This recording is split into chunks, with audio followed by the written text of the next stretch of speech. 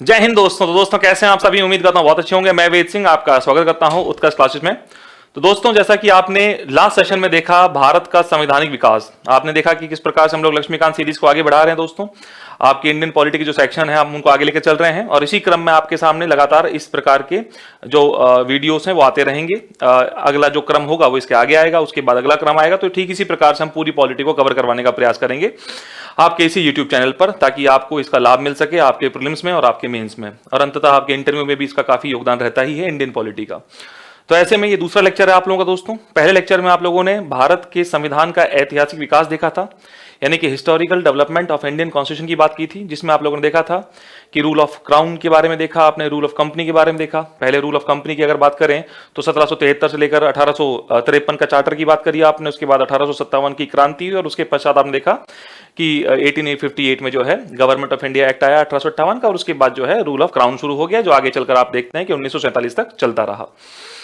और इस दौर में आप लोगों ने 1935 के एक्ट की बात की थी। तो अगर मैं आपको याद दिलाऊं दोस्तों, जितना पीछे आपने सेक्शन में पढ़ा हुआ है, ताकि आपका वो लिंक बन सके दोस्तों, तो हम लोगों ने हिस्टोरिकल डेवलपमेंट की शुरुआत करी है और यहां पर आपने एडवेंट ऑफ यूरोपियंस की बात करी। आपने इसके बाद देखा कि किस प्रकार से आप लोगों की कंपनी का जो रूल है वो आता है, और उसमें आपने 1773 का रेगुलेटिंग एक्ट देखा था, अमेंडिंग एक्ट ऑफ 1781 देखा था, पिट्स इंडिया एक्ट की बात करी आपने 1784 के। इसके बाद आपने आप एक तरीके से अगर हम बात करें तो 1813 का चार्टर है, 1833 का चार्टर है, 1853 का चार्टर है, इन सब की आपने बात करी। उसके बाद आपने एंटर किया ताज के शासन में, यानी कि रूल ऑफ क्राउन में।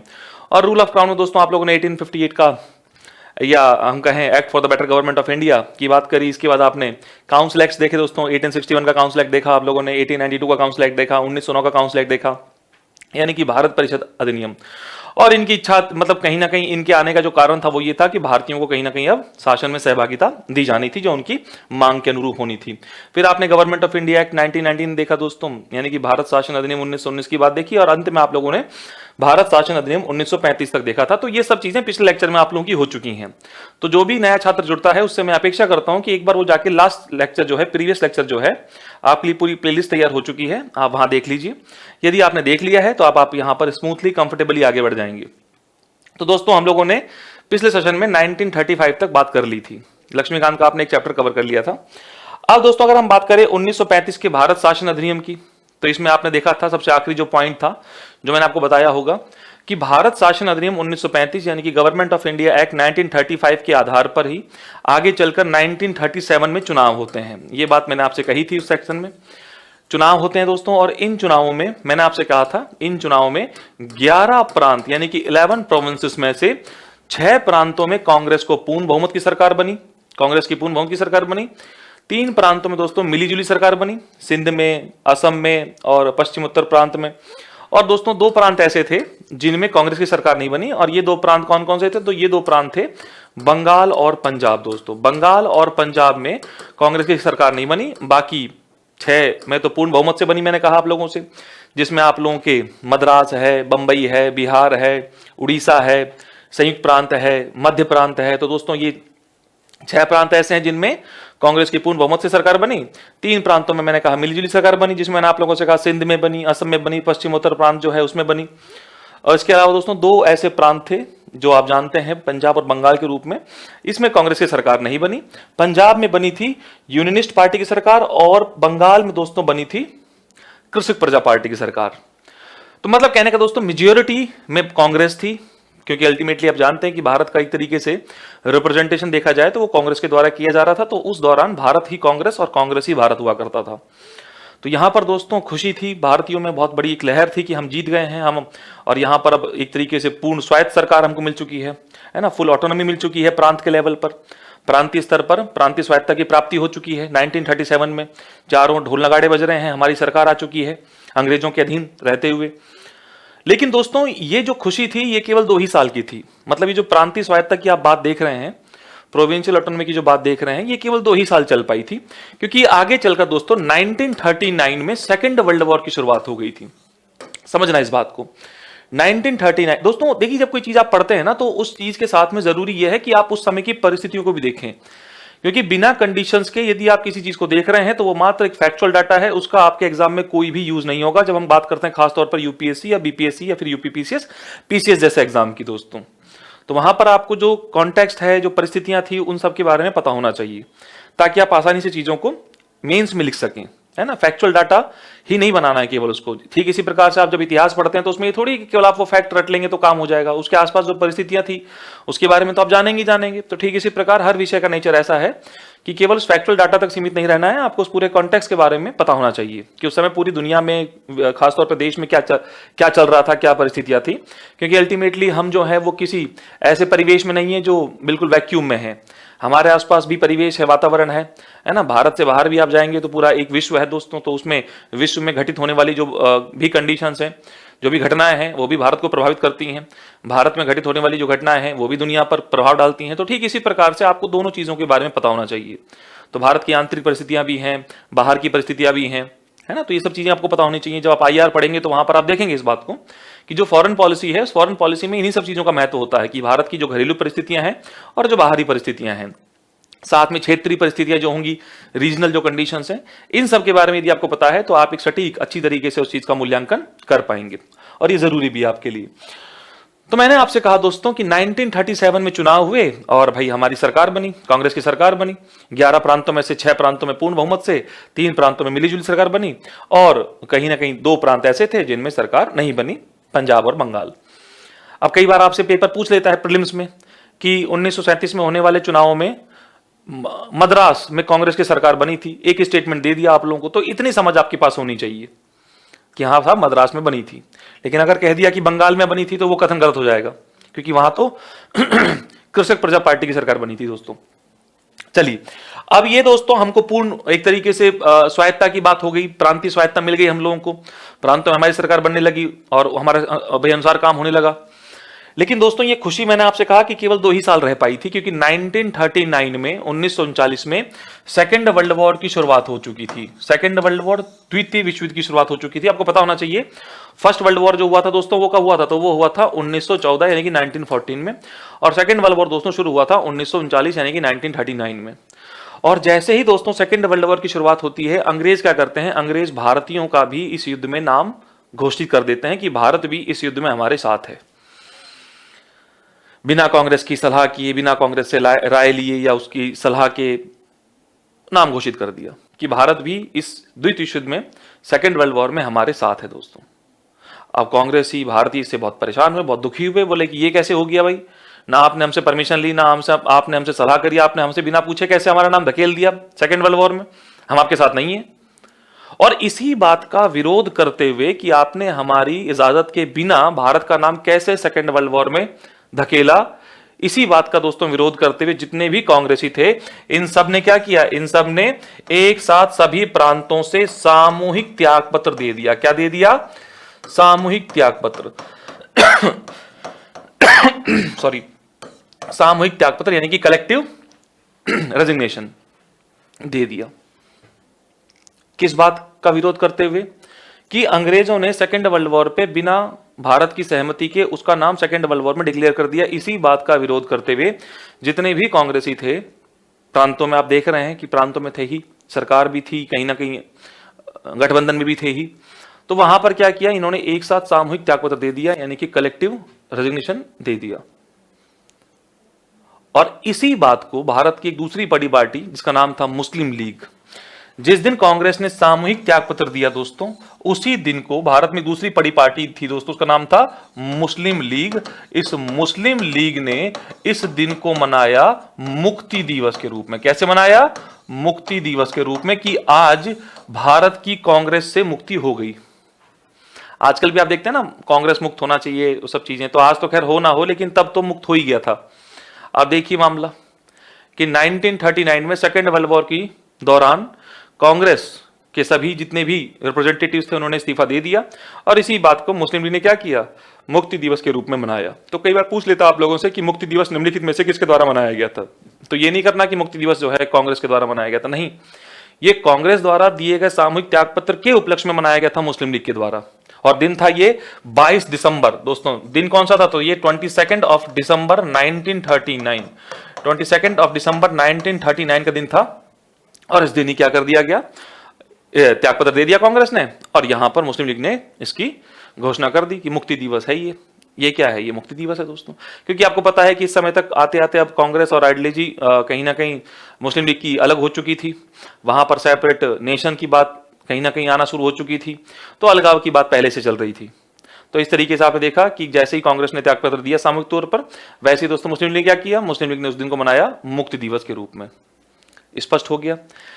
लेकिन दोस्तों अंग्रेजों को इस बात की बड़ी चिंता थी, क्योंकि अंग्रेजों को यह पता था कि भारत ही कांग्रेस और कांग्रेस ही भारत है, और अगर ऐसे में हमें कांग्रेस का सहयोग नहीं मिला, कांग्रेस का हमें साथ नहीं मिला, तो कहीं ना कहीं हमें यहां से खदेड़ा जाना आसान हो जाएगा भारत से, और एक सोने की चिड़िया जैसा जो आप देखते हैं उपनिवेश हमारे हाथ से निकल जाएगा। और इसीलिए उनको जरूरत थी इस उपनिवेश को बनाए रखने की, यहां पर रूल करते रहने की। लेकिन इसके लिए जरूरत थी उनको कांग्रेस के सहयोग की, क्योंकि मैंने अभी आपसे कहा कि कांग्रेस ही भारत, भारत ही कांग्रेस दोस्तों, पूरा रिप्रेजेंटेशन वही कर रहे थे उस समय। और जितनी पॉलिटिकल पार्टी आप आज के दिन में देख रहे हैं सारी की सारी, तो आप कुछ एक को छोड़ दीजिए नई जो पार्टियां हैं, लेकिन इसके अलावा तो सारी कांग्रेस से ही निकली पार्टियां हैं दोस्तों। चाहे वो समाजवादी हो, चाहे वो सामवादी हो, सारी पार्टियों का घर तो कांग्रेस ही था। आगे चलकर सबका बंटवारा हुआ, आगे अलग बनी पार्टियां। तो यहां पर जरूरी था अंग्रेजों के लिए कि भारत का साथ इसमें बना रहे, लेकिन वो तो नाराज होकर चले गए दोस्तों, रूठ कर चले गए। अब रूठे हुए को मनाना बहुत जरूरी था।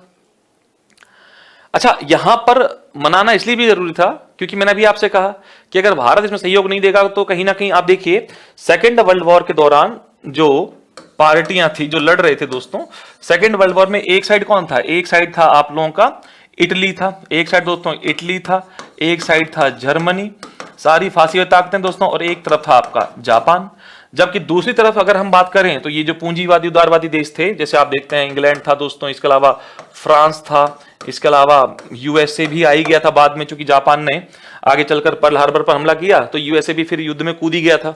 हालांकि इसके पीछे भी और कारण भी हैं, जैसे जापान के जो एनर्जी शिप्स थे, जो उसके एनर्जी जहाज थे, उनको रोक लिया गया था यूएसए के द्वारा, तो कहीं ना कहीं यूएसए ने इसका भी रिस्पॉन्स दिया था।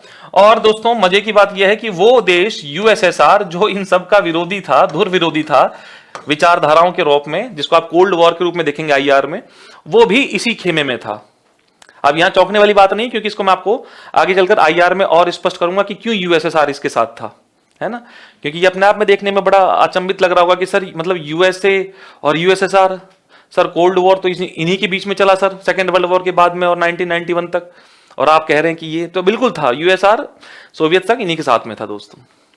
अब उसके पीछे कारण जर्मनी था, क्योंकि जर्मनी और यूएसएसआर का भी मामला नहीं था, क्योंकि दोनों की अगर हम बात करें वैचारिक तालमेल की तो कहीं ना कहीं समस्याएं थी दोस्तों। यहां पर ये था, और इटली, जर्मनी और जापान एक खेमे में, और कहीं ना कहीं जापान की स्थिति काफी मजबूत थी, जिस चीज को देखकर इंग्लैंड बड़ा भयभीत था अपने उपनिवेशों को लेकर, क्योंकि उसे ये डर था कि कहीं ना कहीं अगर जापान ने अटैक किया भारत पर, और ऐसे में अगर कांग्रेस का साथ हमारे साथ नहीं रहा तो फिर समस्या हो सकती है, उपनिवेश हमारे हाथ से निकल सकता है।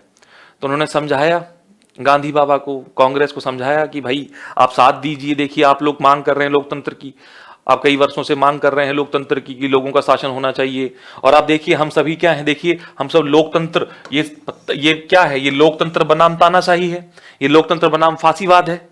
तो जब लोकतंत्र बनाम फांसीवाद है तो आप हमारा साथ दीजिए ना, इन फांसीवादी ताकतों के खिलाफ आप हमारा साथ दीजिए।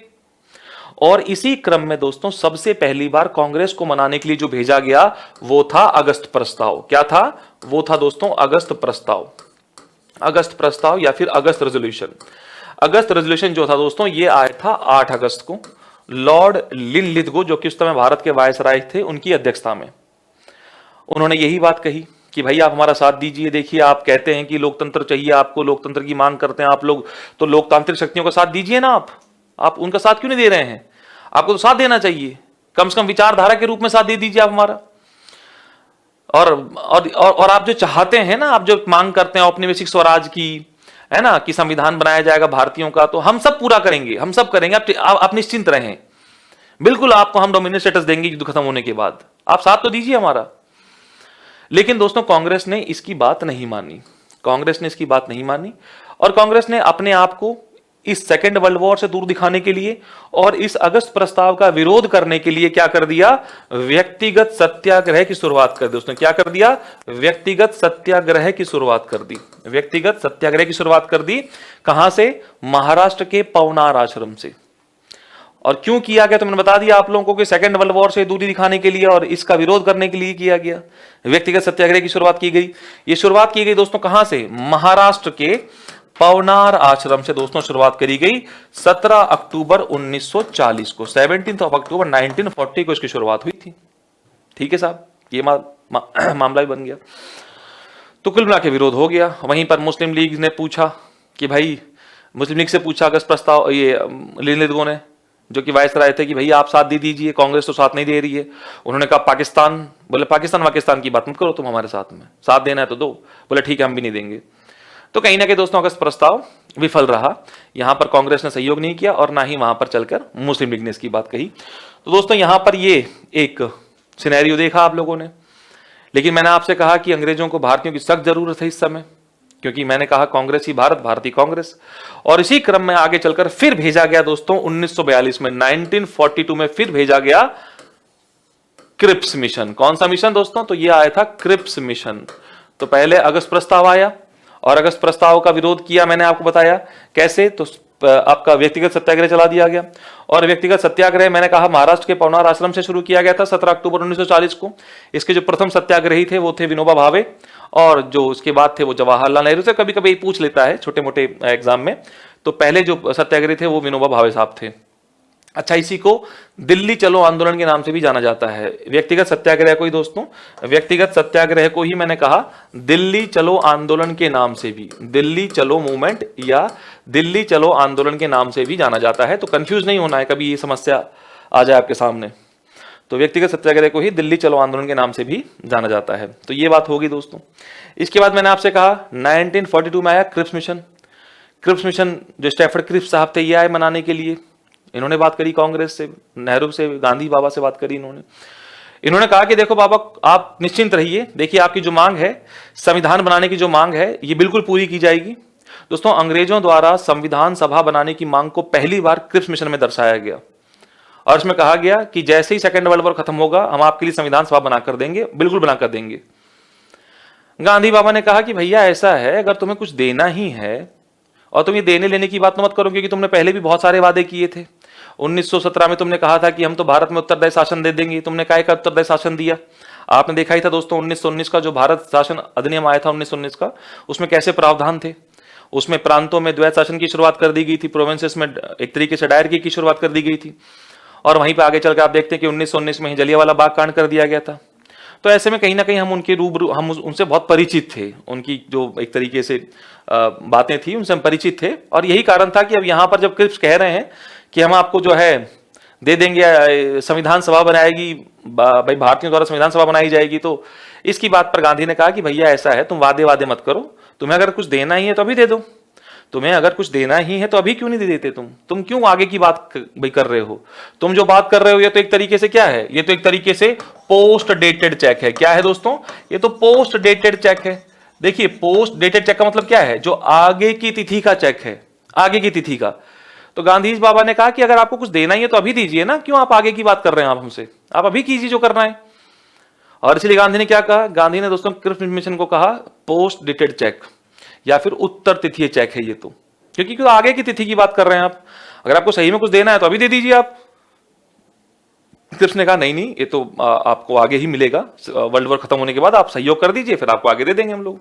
लेकिन बात नहीं मानी गांधी बाबा ने। गांधी ने कहा कि ये तो पोस्ट डेटेड चेक है। नेहरू ने भी कहा, भाई नेहरू ने कहा कि ये सब बाबा ये पोस्ट डेटेड चेक ही नहीं, ये तो post dated cheque upon a crushing bank है। नेहरू ने एक और बात जोड़ दी इसमें कि ये तो डूबते हुए जहाज का उत्तर तिथि चेक है। तो दोस्तों मोटा मोटी बात ये रही कि क्रिप्स मिशन भी विफल रहा। ना अगस्त प्रस्ताव की बात बनी और ना ही दोस्तों क्रिप्स मिशन की बात बनी। अब जब हम बात कर रहे हैं 1942 की, तो 1942 दोस्तों वही दौर था जब 1942 में भारतीयों ने क्या देखा कि अंग्रेज जो थे दोस्तों, वो साउथ ईस्ट एशिया को छोड़कर वापस अपने देश जा रहे थे और उन्होंने जितना भी वहां पर इंफ्रा बनाया था उन सबको तोड़ते हुए जा रहे थे। देखो आपको पता है दोस्तों, एशिया कॉन्टिनेंट में भारत जो है वो दक्षिण में आ रहा है, और जो हम पूर्व की बात करें तो दक्षिण पूर्व में कौन कौन से देश हैं? दक्षिण और पूर्व। अगर साउथ ईस्ट एशिया की बात करें तो आप क्या कहेंगे? इंडोनेशिया, जावा, सुमात्रा जो है ये सब आप देखते ही हैं। सिंगापुर है, मलेशिया, थाईलैंड है आज की डेट में। तो दोस्तों अंग्रेजों ने क्या किया 1942 में, देखिए कॉन्टेक्स्ट समझना, 1942 में अंग्रेज जो थे वो इन क्षेत्रों को छोड़कर, क्योंकि आपको पता है दोस्तों अंग्रेजों ने पूरी दुनिया पर रूल किया है। अंग्रेजों के लिए कहा जाता था कि अंग्रेजों का कभी सूर्यास्त नहीं हुआ। अंग्रेजों ने दोस्तों पूरी दुनिया पर रूल किया, और पूरी दुनिया पर रूल किया दोस्तों, तो वो यहां पर भी थे, साउथ ईस्ट एशिया में भी थे, उनकी बस्तियां, उनकी जो सेनाएं थी। अब 1942 में वो इन क्षेत्रों को छोड़कर वापस अपने देश ब्रिटेन जा रहे थे, लेकिन ये देखा गया कि उन्होंने वहां पर जितना भी इंफ्रास्ट्रक्चर बनाया था दोस्तों, उसे वो डिस्ट्रॉय करते हुए जा रहे थे, उसे वो तोड़ते फोड़ते हुए जा रहे थे। तो ऐसे में भारतीयों को भी चिंता हुई कि अगर ये अंग्रेज साउथ ईस्ट एशिया से इस प्रकार से वापस जा रहे हैं, तो हो सकता है उनका भारत से भी इसी प्रकार जाने का मूड हो, और अगर वो भारत से भी इसी प्रकार जाएंगे तो भारत में तो बड़ी समस्याएं होंगी, क्योंकि यहां तो जनसंख्या कम है भाई, सीधी सी बात है, जहां जनसंख्या ज्यादा होती है वहां तबाही का असर भी ज्यादा होता है। अब यहां तो कम है तो थोड़ा भाई हो सकता है कम हो हिसाब किताब, लेकिन यहां तो काफी समस्या हो जाएगी। तो इस चिंता ने कहीं ना कहीं परेशान कर रखा था भारतीयों को भी। तो ऐसे में गांधी बाबा ने बुलाया नेहरू जी को, नेहरू बेटा सुनो। तो नेहरू जी आए गांधी जी के पास, बोले हाँ बाबा बोलो। बोला नेहरू बेटा ये तो देख रहे हो क्या हो रहा है साउथ ईस्ट एशिया में। तो नेहरू बोले हाँ बाबा बिल्कुल मेरी पूरी नजर है साउथ ईस्ट एशिया पर जो हो रहा है। तो बाबा बोले कि नजर ही है या कुछ करना वरना भी है बेटा, ये बड़ी गंभीर अवस्था है भारत के लिए। अगर ऐसे ही वो भारत से निकलने का प्रयास करेंगे तोड़ते फोड़ते वक्त, क्योंकि दोस्तों भारत में भी तो काफी इंफ्रा बना ही दिया था, रेलवे और कितनी बिल्डिंग आज भी देखते हैं आप लोग, पुल वगैरह, कितना कुछ अंग्रेजों का देन है, अंग्रेजों द्वारा बनाया गया था। तो ऐसे में गांधी बाबा ने कहा कि देखते ही रहोगे या कुछ मतलब इनको निकालने का कुछ बंदोबस्त भी करोगे, क्योंकि ये बहुत भाई एक तरीके से गंभीर समस्या है। अगर वो इसी प्रकार जाने का सोचेंगे भारत से, तो भारत में तो बड़ी समस्या हो जाएगी। तो नेहरू जी बोले कि भाई हाँ बाबा समस्या तो है, लेकिन अब क्या किया जाए, बताओ क्या करें। गांधी बाबा बोले बेटा ऐसा है, मेरे दिमाग में एक प्लान है। बोले बोलो बताओ बाबा क्या प्लान है। गांधी बोले देखो बेटा, क्यों ना वो भारत से निकलने का सोचें, क्यों ना वो भारत से निकलने का सोचें, उसके पहले हम ही खुद उनको खदेड़ दें। क्यों ना वो भारत से निकलने का सोचें, उसके पहले हम ही उनको निकाल दें। नेहरू बोला बाबा कैसे कैसे करेंगे हम, मतलब वो निकलने का सोचें और हम उसके पहले उनको निकाल दें, कैसे। तो गांधी बोले बेटा मुझे चलाना है भारत छोड़ो आंदोलन। देखो एक फाइनल करते हैं, मतलब फाइनल खेलते हैं, तो मुझे चलाना दो बेटा भारत छोड़ो आंदोलन, क्विट इंडिया मूवमेंट, और इसमें मुझे कांग्रेस की सहायता चाहिए, आप लोगों का सहयोग चाहिए। नेहरू बोले बाबा अब सहयोग तो ठीक है, लेकिन बाबा अधिवेशन तो कांग्रेस का भी हुआ था कुछ समय पहले, अब अधिवेशन तो काफी लंबे समय के बाद है, तो कैसे आपको सहयोग करें, मतलब अधिवेशन में कैसे। दोस्तों आपको पता होगा, अपने इतिहास में पढ़ा होगा कि कांग्रेस के अधिवेशन हुआ करते थे, कांग्रेस के काफी सारे सेशंस हुआ करते थे। कांग्रेस का लाहौर अधिवेशन है, कांग्रेस का नागपुर अधिवेशन है, पूना अधिवेशन है ना, उसका मद्रास अधिवेशन है। तो अधिवेशन का मतलब दोस्तों कुछ और नहीं, जितने भी कांग्रेसी थे वो सभी एक जगह पर आके इकट्ठे होते थे। जैसे अगर नागपुर अधिवेशन है तो सभी कहां पर आएंगे, नागपुर में आएंगे, वहां पर आके इकट्ठे होंगे, किसी बात को सहमति देंगे, उस पर बात बनेगी, सहमति बनेगी, और आगे चलकर एक तरीके से वो फिर पूरे देश में लौट जाएंगे अपने अपने क्षेत्रों में, और फिर वो जो डेट डिसाइड करी गई है उसी डेट पर पूरे देश में एक तरीके से आंदोलन किया जाएगा। तो इसी तरीके से देश भर में आंदोलन चलाया जाता था, देशव्यापी आंदोलन इसी तरीके से चलता था। भाई अगर आज की बात करो तो आज तो फेसबुक है, गूगल है, बहुत कुछ है आपके पास लोगों को जोड़ने के लिए, लेकिन उस समय ऐसा थोड़े था कि फेसबुक था, ट्विटर था, और जो है जुड़ो, इतनी संख्या में जुड़ना है, उतनी संख्या में जुड़ना है। तो उस समय दोस्तों ये कांग्रेस के अधिवेशन उसमें काफी सहायता किया करते थे। तो नेहरू बोले बाबा अभी तो सेशन आगे है, तो कैसे किया जाए। तो गांधी को ये बात सुनकर गुस्सा आ गया, भाई गांधी बाबा की बात सुनकर गुस्सा आ गया कि मतलब एक तरफ तो देश इतने गंभीर खतरे में है और तुम्हें जो है कांग्रेस के अधिवेशन की पड़ी हुई है। तो दोस्तों गांधी ने गुस्से में बोला कि ऐसा है देखो नेहरू, मैं चाहूं तो भारत की बालू से एक नई कांग्रेस खड़ी कर सकता हूं। समझ में आ रहा तुमको, मैं चाहूं तो भारत की बालू से एक नई कांग्रेस खड़ी कर सकता हूं। तो दोस्तों नेहरू डर गए, बोले बाबा मतलब ऐसी कैसे, मतलब ठीक है, मतलब किए देते हैं इंतजाम, अभी आपका करते हैं सेशन का अरेंजमेंट दोस्तों। और आगे चलकर इसी को लेकर 1942 14 जुलाई 1942 को दोस्तों वर्धा में, वर्धा महाराष्ट्र में है, वर्धा में होता है कांग्रेस का अधिवेशन। कहां पर, वर्धा में होता है कांग्रेस का अधिवेशन, और इसमें भारत छोड़ो आंदोलन का प्रस्ताव रखा जाता है, उसको पारित किया जाता है, और आगे चलकर इस प्रस्ताव का अनुमोदन किया जाता है 8 अगस्त 1942 को बंबई के ग्वालियर टैंक मैदान में। दोस्तों बंबई अधिवेशन में, बंबई में था ग्वालियर टैंक मैदान, उसमें इसका एक तरीके से अनुमोदन किया जाता है, रेटिफिकेशन किया जाता है कि ठीक है भैया अभी भारत छोड़ो आंदोलन चलाया जाएगा। तो अगर हम बात करें इसका प्रस्ताव कब रखा गया था, तो 14 जुलाई 1942 को, क्योंकि एक पेपर में सवाल पूछा गया था कि 14 जुलाई 1942 का या 1942 का क्या महत्व है, जुलाई 1942 तिथि का क्या महत्व है। और उसमें एक ऑप्शन दिया गया था कि कांग्रेस जो थी उसके द्वारा भारत छोड़ो आंदोलन का प्रस्ताव पारित किया गया था। तो ये बात सही थी, वही ऑप्शन सही था, तो ध्यान रखना आपको। और अगर हम बात करें अनुमोदन की, तो इसको रेटिफाई कब किया गया, तो रेटिफाई किया गया था 8 अगस्त 1942 को बंबई में। और दोस्तों यहां से भाई होगी घोषणा कि कल से जो है भारत छोड़ो आंदोलन की शुरुआत की जाएगी। जैसा कि मैंने कहा, गांधी बाबा ने कहा था कि एक लास्ट स्ट्रोक मारते हैं और इन अंग्रेजों को भारत से बाहर खदेड़ते हैं दोस्तों। और यकीन मानिए दोस्तों, इस बार गांधी बाबा काफी कॉन्फिडेंस थे, काफी विश्वास से भरे हुए थे, क्योंकि उनका यह था कि इस बार जो है इनको हम निकाल देंगे। और यही कारण था कि आप देखते हैं कि गांधी जैसा व्यक्ति, जिस व्यक्ति ने कभी हिंसा की बात नहीं की, और उन्होंने हमको समझाया कि अहिंसा का बड़ा मतलब क्या होता है। एक तो आप देखते हैं अहिंसा का मतलब यह होता है कि भाई किसी के खिलाफ शारीरिक रूप में हिंसा ना करना, लेकिन उन्होंने क्या कहा, उन्होंने कहा कि ये तो अहिंसा का छोटा मतलब है कि आप हिंसा ना करें किसी के खिलाफ। अहिंसा का बड़ा मतलब तो यह होता है कि आप धरती पर सभी से प्रेम करें, प्राणी मात्र से प्रेम करें आप, और केवल मनुष्य की बात नहीं कर रहे हैं, पशुओं से, प्रकृति से, सबसे प्रेम करें आप। यह है बड़ा मतलब दोस्तों अहिंसा का, और यह बात गांधी बाबा ने समझाई हमको। और यही कारण है कि हमारे मौलिक कर्तव्यों में आप देखते हैं protection of natural environment and wild life, DPSP में भी आप देखते हैं राज्य के लिए भी निर्देश दिए गए हैं। आर्टिकल 48 क्लॉज ए जो बाद में जोड़ा गया, वहां पर भी दिया गया है प्राकृतिक पर्यावरण और वन्य जीवों का संरक्षण। तो कहीं ना कहीं वो चीजें गांधीवाद से प्रभावित हैं, गांधी बाबा से प्रभावित हैं। तो वो गांधी दोस्तों जो अहिंसा की बात किया करते हैं, वही गांधी नारा दे रहे हैं करो या मरो का दोस्तों। तो लगा लीजिए कि उनके मन में कितना था कि ये किस लेवल पर होगा ये आंदोलन, और कैसे हम जो अंग्रेजों को एक बार में ही निकाल देंगे दोस्तों। तो भारत छोड़ो आंदोलन एक जो क्विट इंडिया मूवमेंट था, इसके लिए गांधी बाबा द्वारा नारा दिया गया करो या मरो, डू और डाई, डू और डाई दोस्तों। और दोस्तों यहां पर अब डू और डाई की बात तो हो गई, करो या मरो की बात तो हो गई, लेकिन दोस्तों कुछ अब गद्दार हैं भाई, अब कुछ ना कुछ तो होते ही हर जगह पर। उन्होंने जाकर अंग्रेजों को बता दिया ये प्लान कि भाई इस बार देखो बाबा इस बार पूरे मूड में है, इस बार तुमको पूरे खदेड़ने के मूड में है, तो अपना लगा लो हिसाब किताब तुम अंग्रेजों। तो अंग्रेजों ने दोस्तों क्या किया, अंग्रेजों ने चलाया रात 12 बजे, न दिन में न रात में, न दिन में न सवेरे न शाम को, रात को 12 बजे दोस्तों, न दिन है न रात है, रात को 12 बजे चलाया दोस्तों अंग्रेजों ने क्या, 0 आवर ऑपरेशन। कौन सा ऑपरेशन दोस्तों, 0 आवर ऑपरेशन।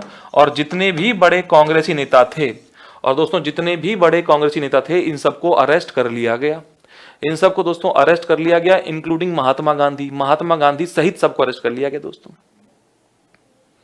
या तो बाबा रेल में या तो बाबा जेल में।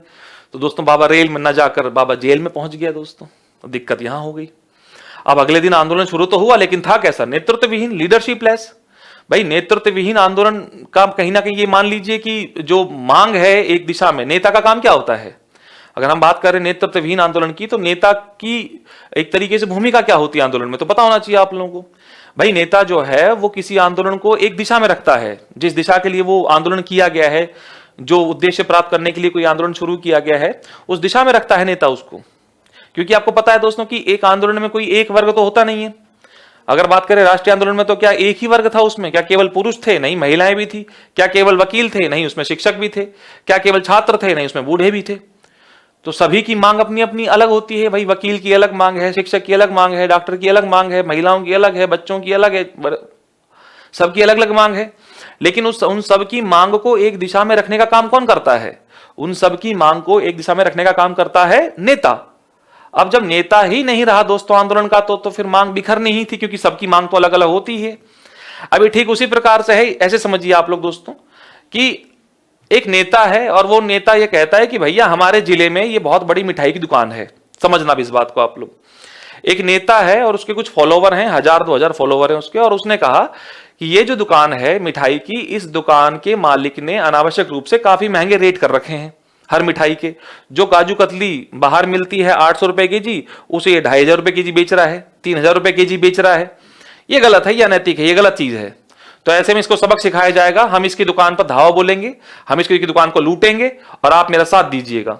तो जो 2000 लोग थे उन्होंने हाँ कर दी कि भाई ठीक है, और आंदोलन किया जाएगा इस दुकान के खिलाफ, इसके रेट के खिलाफ, और कल मिठाई लूटी जाएगी जाकर। ये दिखाया जाएगा कि आपके रेट गलत हैं तो लूटना जरूरी है उस दुकान को। अब भाई ऐसे में क्या हुआ, ऐसे में पता चल गया पुलिस को, तो पुलिस ने क्या किया, पुलिस को नेता को रात में उठा लिया। ये कुछ वैसा ही मान लीजिए आप दोस्तों, पुलिस ने क्या किया, पुलिस ने नेता को रात में उठा लिया। अब अगले दिन वो आंदोलन शुरू तो होगा, लेकिन नेता तो है नहीं। अभी जो 2000 लोग तैयार किए गए थे आंदोलन के लिए, वो सब घुसेंगे उस मिठाई की दुकान में। लेकिन दोस्तों क्या लगता है आपको कि सारे के सारे काजू कतली लूटेंगे? क्या आपको लगता है कि सारे के सारे काजू कतली ही लूटेंगे? नहीं दोस्तों, उसमें से कुछ का मन, पता है आप लोगों को, सबके अलग अलग मन होते हैं। किसी का मन जलेबी खाने का था, लेकिन चूंकि नेता की बात में था, वो उस दिशा में था जिस दिशा में नेता उसको रखना चाहता था। लेकिन अल्टीमेटली उसका मन तो जलेबी खाने का था, तो वो जाकर काजू कतली ना लूट कर वो जलेबी लूटेगा। किसी का मन होगा रसगुल्ले खाने का, किसी का चमचम खाने का, किसी का बालूशाही खाने का, किसी का कुछ और खाने का। दोस्तों तो मिठाइयां लुटेंगी, अगर हम बात करें काजू कतली की तो वो लुटेगी, लेकिन क्या उतनी ही लुटेगी जितनी लुटनी चाहिए थी, या जितनी नेता के होते हुए लुटती? नहीं, वो लुटी लेकिन उतनी नहीं लुटी जितनी लुटनी चाहिए थी नेता के होते हुए। दोस्तों तो इस तरीके से समझ लीजिए नेता का महत्व, है ना। बाकी ये जो एग्जाम्पल है ये एक कल्पना मात्र है, इसका वास्तविक जीवन से कोई लेना देना नहीं है। तो कल को जाकर अगर मार्केट में कोई दुकान लुटती उठती है तो इस कक्षा से या इस उसका एग्जाम्पल से कोई उसका लेना देना नहीं होगा। मैं पहले ही डिस्क्लेमर दे देता हूं आप लोगों के लिए, है ना। तो समझना है मतलब इस बात को आप। अब नेता तो दोस्तों सारे जेल। अच्छा, इसी समय दोस्तों अगर मैं बताऊं आप लोगों को, तो अब 19 लिनलिथगो के बाद जो थे अगले वायसराय जो भारत में आने थे वो थे लॉर्ड वेवल। अब साहब लॉर्ड वेवल बन चुके थे भारत के अगले वायसराय, और लॉर्ड वेवल साहब को सौंपा गया ये काम कि भारत के संवैधानिक विकास पर विचार विमर्श किया जाए, कांग्रेस मुस्लिम लीग के बीच में सहमति बनाई जाए, और कहीं ना कहीं जो अंग्रेजों के हित हैं उन्हें भी पूरा किया जाए।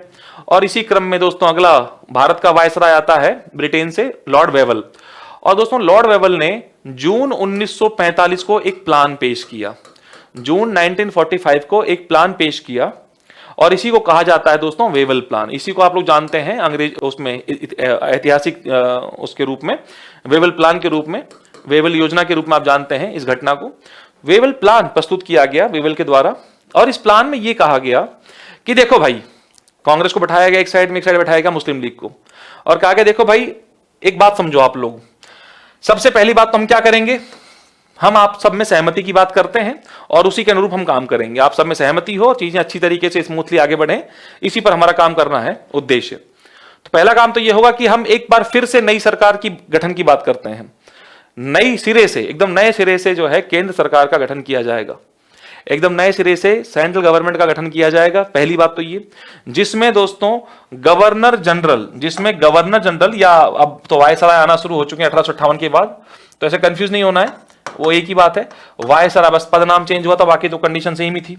वायसराय और कमांडर इन चीफ मतलब जो मुख्य सेनापति है, इन दोनों को छोड़कर शेष सभी कौन होंगे, शेष सारे भारतीय होंगे।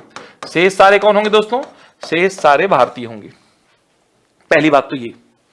तो इन्होंने क्या कहा कि एक केंद्र सरकार का, अब देखिए ये कोई ऐसी नई बात नहीं जो मैं यहां कर रहा हूं।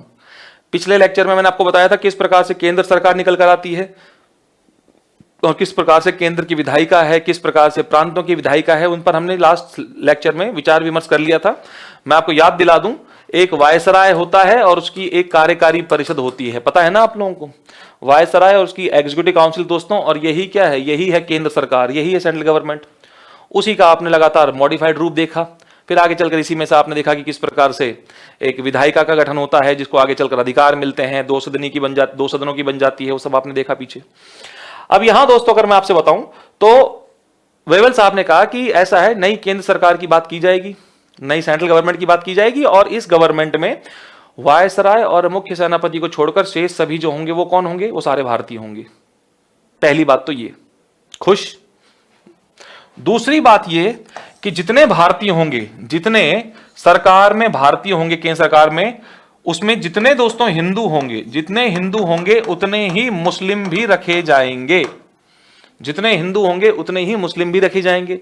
सांप्रदायिकता वाला कार्ड हमेशा दोस्तों खेलते ही थे, है ना। उनका कहीं ना कहीं सॉल्यूशन करने में कम विश्वास था और मामले को खराब करने में ज्यादा विश्वास करते थे वो लोग। तो यहां पर, अब यहां जनसंख्या की बात थी तो स्वाभाविक रूप में मामला अलग होता, लेकिन उन्होंने यहां पर क्या कहा कि जितने हिंदू होंगे उतने ही मुसलमान भी होंगे केंद्र सरकार में। यहां केंद्र सरकार में जितने भी भारतीय होंगे उन सब में हिंदू मुसलमानों का रेशियो बराबर रहेगा, ये बात हुई। तीसरी उन्होंने बात की कि जितने भी राजनीतिक बंदी बनाए गए हैं, जो आपने देखा कि 1942 में भारत छोड़ो आंदोलन में जो सब अपने नेता थे, जो सब रेल में ना जाकर जेल में चले गए दोस्तों, मैंने कहा ना या तो बाबा जेल में या तो बाबा रेल में दोस्तों, तो बाबा जेल चले गए, रेल में तो नहीं जा पाए।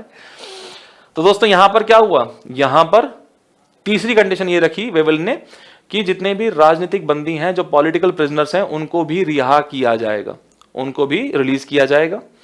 और चौथी बात यह कही वेवेल ने कि ऐसा है हिंदू और मुस्लिम के बीच में, मतलब कांग्रेस और मुस्लिम लीग के बीच में, मैं हिंदू और मुस्लिम नहीं कहना चाह रहा, मैं कहना चाहता हूं कि मुस्लिम और मुस्लिम लीग और कांग्रेस, क्योंकि कांग्रेस में काफी सारे मुस्लिम थे भाई, ऐसी बात थोड़ी कि उसमें कोई मुस्लिम नहीं था, और मुस्लिम लीग में भी कुछ हिंदू तो थे ही। तो यहां पर अगर मैं कहूं दोस्तों, तो मुस्लिम लीग और कांग्रेस में समझौता करवाने के लिए इन्हें शिमला ले जाया जाएगा। कहां ले जाया जाएगा, इन्हें शिमला ले जाया जाएगा दोस्तों, इन्हें शिमला ले जाया जाएगा।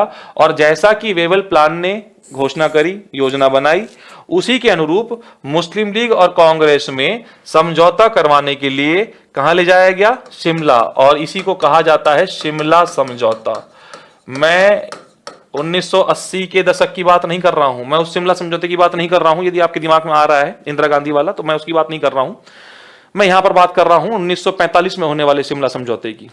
तो शिमला कॉन्फ्रेंस की बात हुई दोस्तों, और ये जो शिमला कॉन्फ्रेंस थी, ये होनी थी आपकी 25 जून से लेकर 14 जुलाई 1945 तक दोस्तों। कब तक होनी थी, 25 जून से लेकर 14 जुलाई 1945 तक। तो यहां पर कहा गया कि भाई कांग्रेस और मुस्लिम लीग के बीच में समझौता करवाया जाएगा, और इसीलिए उनको शिमला लेके जाया गया। इसी को कहा गया शिमला समझौता, यानी कि शिमला कॉन्फ्रेंस। लेकिन दोस्तों यहां पर भी बात नहीं बनी, कांग्रेस और मुस्लिम लीग में समझौता नहीं हो पाया। इसका रीजन दोस्तों ये था कि मुस्लिम लीग ने डिमांड कर दी कि जितने भी केंद्र सरकार में मुस्लिम होंगे, मैंने आप सभी कहा था ना कि वायसराय और मुख्य सेनापति को छोड़कर शेष सभी भारतीय होंगे, और इन्होंने क्या कहा, वेवेल ने क्या कहा, जितने हिंदू होंगे उतने मुस्लिम भी होंगे। तो केंद्र सरकार में हिंदू मुस्लिम दोनों होने थे। यहां पर शिमला समझौते में बात इसलिए बिगड़ी दोस्तों, इसलिए कांग्रेस और मुस्लिम लीग में समझौता नहीं हो पाया, क्योंकि मुस्लिम लीग ने यह घोषणा की कि केंद्र सरकार में जितने भी मुस्लिम होंगे उन सबको हम नियुक्त करेंगे।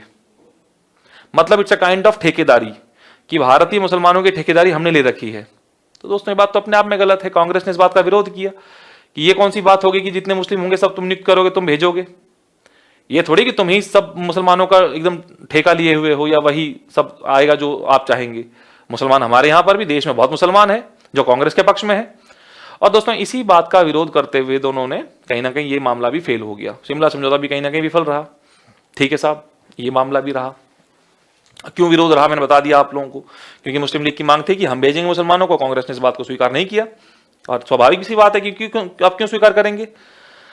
अब ये थोड़ी है कि बसपा पार्टी जो है या कोई सपा पार्टी है तो उसमें अन्य धर्मों के लोग नहीं हैं, या भाजपा है तो उसमें केवल हिंदू ही हैं, मुसलमान नहीं है, या अगर कांग्रेस हो तो उसमें केवल मुसलमान ही है, हिंदू नहीं है। आपको ये पार्टी ये कह देगी नहीं केवल मुसलमान ही है, ऐसा थोड़ी चलेगा दोस्तों। ये तो मामला नहीं बन पाएगा, आज भी नहीं बन पाएगा, वो तो कभी नहीं बन पाएगा किसी तर्कशील समाज में। दोस्तों एक और जो बात हुई यहां पर उसको समझिए आप, क्योंकि 1945 तक आप पहुंच चुके हैं। देखिए हमने सफर कहां से शुरू किया दोस्तों, हमने सफर शुरू किया है 1600 से।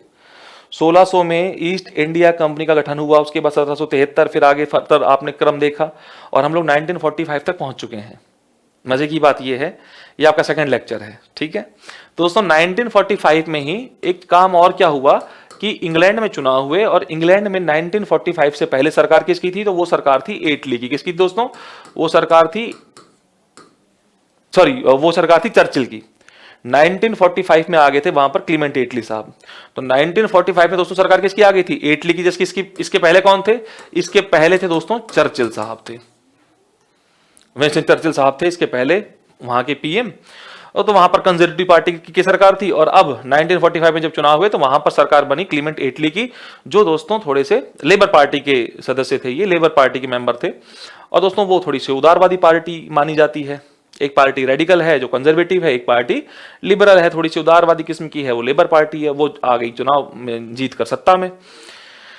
तो दोस्तों 1945 में जब एटली साहब बने इंग्लैंड के पीएम, तो उन्होंने 1946 में घोषणा भी करी। उन्होंने एक अपनी संसद में खड़े होकर, जैसे हमारे यहाँ पर पार्लियामेंट है उसमें लोकसभा राज्यसभा है, ठीक इसी प्रकार से ब्रिटेन में भी दो हाउस हैं। एक को कहा जाता है हाउस ऑफ कॉमन्स, एक को कहा जाता है हाउस ऑफ लॉर्ड्स। एक वहां पर हाउस ऑफ कॉमन्स है, एक वहां पर हाउस ऑफ लॉर्ड्स है। तो उन्होंने वहां पर अपने सदन में, हाउस ऑफ कॉमन्स में खड़े होकर एक बात कही कि हम भारतीयों को स्वतंत्रता देंगे, और ये बहुत बड़ी बात थी।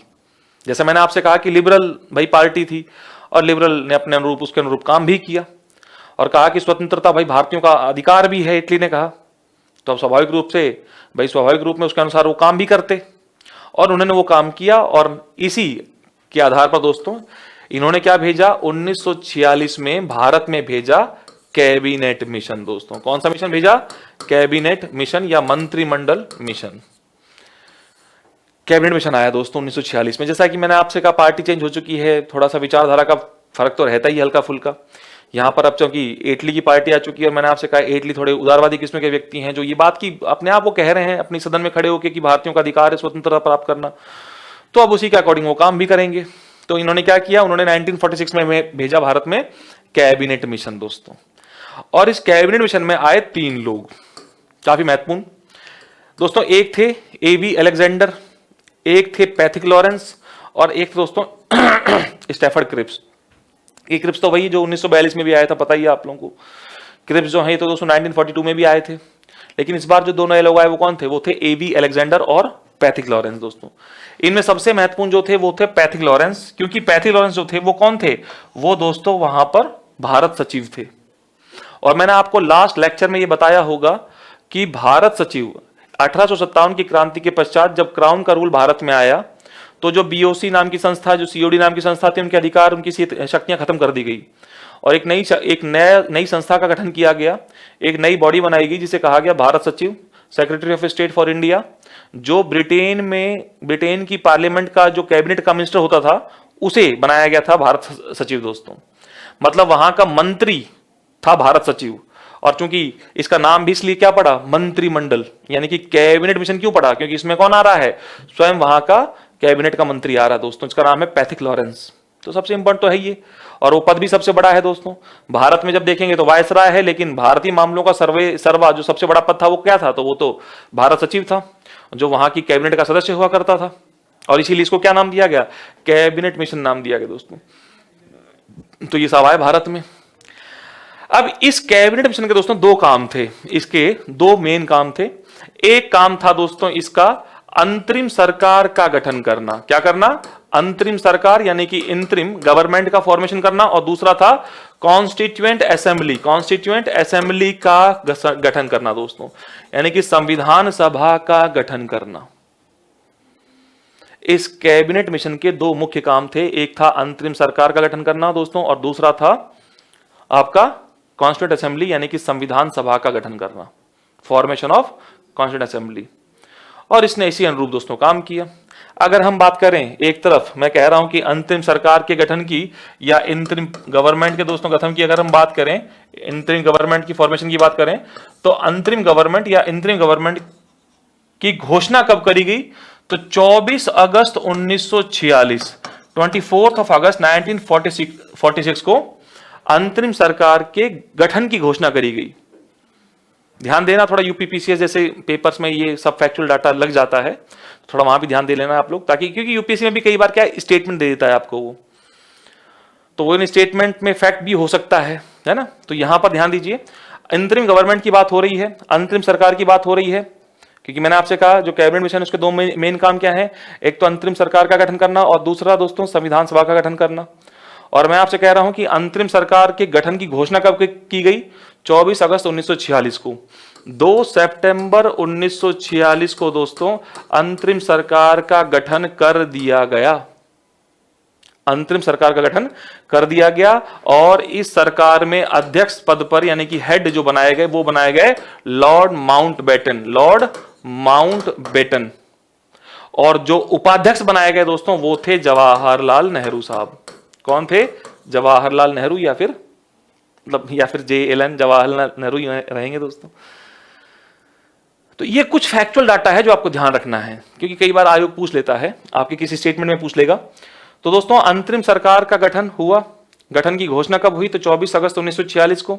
गठन कब हुआ? तो दोस्तों 2 सितंबर 1946 को इसका गठन हो गया, जिसमें अध्यक्ष बनाया गया था लॉर्ड माउंटबेटन को, और उपाध्यक्ष बनाया गया दोस्तों इसका जवाहरलाल नेहरू साहब को। अब आते हैं दोस्तों दूसरे पक्ष की ओर। टोटल मेंबर्स की अगर बात करें तो टोटल मेंबर्स इस सरकार में 13 थे। इस परिषद में दोस्तों कितने मेंबर्स थे? इस काउंसिल में टोटल 13 मेंबर्स थे। दो तो मैंने बता ही दिया आप लोगों को, दो तो मैंने बता ही दिया, एक तो अध्यक्ष हैं, एक उपाध्यक्ष हैं, बाकी और जो 11 मेंबर्स है वो। तो टोटल जिसमें पटेल साहब हैं, जिसमें राजेंद्र प्रसाद साहब हैं, ये सब भी फिर उसके मेंबर्स हैं। तो यहां पर ये दूसरा दोस्तों मैंने आपसे क्या कहा कि दूसरा काम क्या था उसका, तो संविधान सभा का गठन करना, यानी कि कॉन्स्टिट्यूएंट असेंबली का गठन करना दोस्तों। और संविधान सभा का गठन कैसे किया जाएगा, अब इस पर विचार विमर्श शुरू हुआ। बिठाया कांग्रेस को और मुस्लिम लीग को। कांग्रेस से पूछा, हाँ भाई क्या चाहिए, संविधान सभा चाहिए हमको, तो बहुत लंबे समय से बोला ठीक है बैठो बैठो करेंगे बात इस पर विस्तार से, बैठो। पूछा मुस्लिम लीग से कि भाई तुमको क्या चाहिए। मुस्लिम लीग ने कहा हमें चाहिए पाकिस्तान। लॉरेंस साहब, पैथी लॉरेंस, जो कि उस समय भारत के सचिव थे, मैंने कहा ना मंत्रिमंडल के सदस्य भी थे, उन्होंने उठाया जिन्ना को, जिन्ना तू खड़ा हो जा भाई। जिन्ना खड़ा हो गया, बोला जिन्ना आगे आ जाओ भाई, जिन्ना आ गया हो तुम, आ गया हो। तो जिन्ना आगे आया। अब जिन्ना से पूछा लॉरेंस साहब ने कि जिन्ना तुम्हारी कुछ वर्षों में ये मांग है कि तुम्हें सेपरेट पाकिस्तान चाहिए, अलग पाकिस्तान चाहिए, क्या है इस मांग के पीछे आधार, कोई आधार वाधार है, is there any base behind this demand, या बस ऐसी हवा में चल रहा मामला। बोला बिल्कुल मांग का आधार है मेरी। बोला क्या आधार है। तो जिन्ना बोला भारत में मुसलमानों को वो अधिकार नहीं मिले हुए जो हिंदुओं को मिले हुए हैं, हमारा ना उतना विकास हुआ है, तो ऐसे में हम चाहते हैं कि हमारा एक नया राष्ट्र बने, हम एक नया देश मिले और हम वो अधिकार दें अपने सभी लोगों को जिस अधिकार से उनका सम्मान हो, जिस अधिकार से उनका विकास हो पाए। लॉरेंस बोला तेरी बात सही जिन्ना, मैं भी तेरी बात से सहमत हूं, ठीक है तू सही बोल रहा है कि भारत में वो अधिकार नहीं मिलते, यहां भेदभाव होता है, सब मैंने तेरी बात मान ली। लेकिन जिन्ना भारत में एक समस्या है, अब मेरी बात सुन जिन्ना। जिन्ना देख भारत में ना ये समस्या है, ये है भारत दोस्तों, भावना समझना दोस्तों, है ना, उतना पेंटिंग में सही नहीं मामला, लेकिन मेरी भावना समझना। लॉरेंस ने कहा कि देख जिन्ना सुन मेरी बात, तू जो कह रहा ठीक है मैंने तेरी बात मान ली, लेकिन जो समस्या है वास्तविक वो देख। तू कह रहा है कि अलग देश दे दूं, तो मैं तुझे दूं कहां से भाई। भारत में मुसलमान कहीं एक जगह कॉन्सेंट्रेटेड तो है नहीं कि यहां पर हैं तो मैं काट दूं ऐसे, तो ये तुझे दे दूं तो मसला खत्म हो जाए, सीमा विवाद ना हो। लेकिन ऐसा तो है नहीं, भारत में तो यहां भी हैं मुसलमान दोस्तों, यहां पर भी हैं, यहां पर भी हैं, यहां पर भी हैं। अब बता मैं भारत को काटूं कैसे, अब बता दोस्त मैं भारत को काटूं कैसे। और तू जिद करता है कि नहीं साहब मुझे तो चाहिए ही चाहिए, काट दो जैसे करना है, और मैं तो चाहूंगा बिल्कुल एकदम अलग देश। मैंने काट दिया 1 2 3 4, पाकिस्तान 1, पाकिस्तान 2, पाकिस्तान 3, पाकिस्तान 4। अगर मान ले जिन्ना मैंने तेरे कहने पर ऐसा कर भी दिया, भारत को मैंने काट भी दिया, तो मेरे भाई तो मुझे ये बता तू शासन करेगा कैसे। पाकिस्तान 1 2 3 4 तू कैसे चलाएगा। ना भारत तुझे अपनी हवा यूज करने देगा, ना भारत तुझे अपना पानी यूज करने देगा, ना अपनी धरती यूज करने देगा। तो बिना हवा पानी धरती के तू एक जगह से दूसरी जगह जाएगा कैसे। ये जो सीमा विवाद पैदा होंगे ये कभी 7 जन्म में खत्म हो पाएंगे क्या। ये जो विवाद पैदा होगा इस तरीके के विभाजन से, ये कभी खत्म हो पाएगा, ये कभी खत्म नहीं हो पाएगा, क्योंकि तू एक देश के भीतर देश चाहता है जिन्ना, तो ये तो संभव ही नहीं है। बता। और आप खुद देखिए दोस्तों, हाँ सही बात है, अब यहां से यहां जाने के लिए हवा चाहिए, पानी चाहिए या फिर धरती चाहिए, भारत नहीं देगा अपनी जमीन का एक्सेस, नहीं जाओ तुम यहां से वहां, कैसे करोगे। और यही कारण था कि यहां पाकिस्तान आगे, अगर हम आगे की बात करेंगे तो आप देखिए यहां पाकिस्तान है, यहां पूर्वी पाकिस्तान है, उधेड़ दिया भारत ने, उसको कर दिया बांग्लादेश। और ये भाई जो है ये भारत के भीतर चाह रहा है मामला दोस्तों। हमने तो वो जो बाहर पूर्वी पाकिस्तान था उसे छील दिया, मतलब पाकिस्तान से अलग करके उसको बनवा दिया बांग्लादेश, और ये पगला चाह रहा है कि भारत के भीतर, तो उसका क्या हाल करता, समझ रहे हैं आप लोग। तो जिन्ना से बोला लॉरेंस बेटा दिमाग लगा, ऐसे काम नहीं चलता, ये देख कैसे काटूं बता भारत को मैं, तो भारत के देश के भीतर देश चाहता है, कभी सीमा ऐसे में ये जो डिस्प्यूट्स होंगे, बाउंड्री डिस्प्यूट जो होंगे, ये कभी खत्म नहीं हो पाएंगे। तो दोस्तों जिन्ना का मुंह लटक गया, बोले हाँ बात तो सही है मतलब। तो जिन्ना पूछा मासूमियत से बड़े लॉरेंस से कि तो फिर मैं क्या करूं, मैं क्या करूं फिर ये बताओ। तो लॉरेंस बोला देख मेरी बात सुन, ये सब छोड़, बेमतलब की बात छोड़ तू, कांग्रेस क्या मांग रही है। तो जिन्ना ने कहा ये तो संविधान सभा मांग रही है। तो लॉरेंस बोला देख मैं यहां संविधान सभा ही बनाने आया हूं, मेरी बात को बहुत गौर से सुन मेरे जिन्ना, मैं यहां संविधान सभा ही बनाने आया हूं, और मैं संविधान सभा के लिए total 389 that means 389 seats declare करने वाला हूं।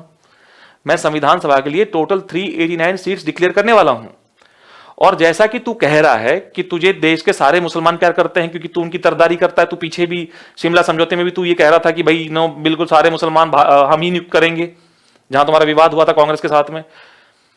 तो तू तो यही कहता ना कि सारे मुसलमानों का नेतृत्व करता तू ही है, सारे तुझे प्यार करते हैं। बोले हाँ सारे मुझे प्यार करते हैं। तो अगर मेरे प्यारे जिन्ना सारे मुसलमान तुझे प्यार करते हैं इस देश के, तो सारे वोट किसको देंगे?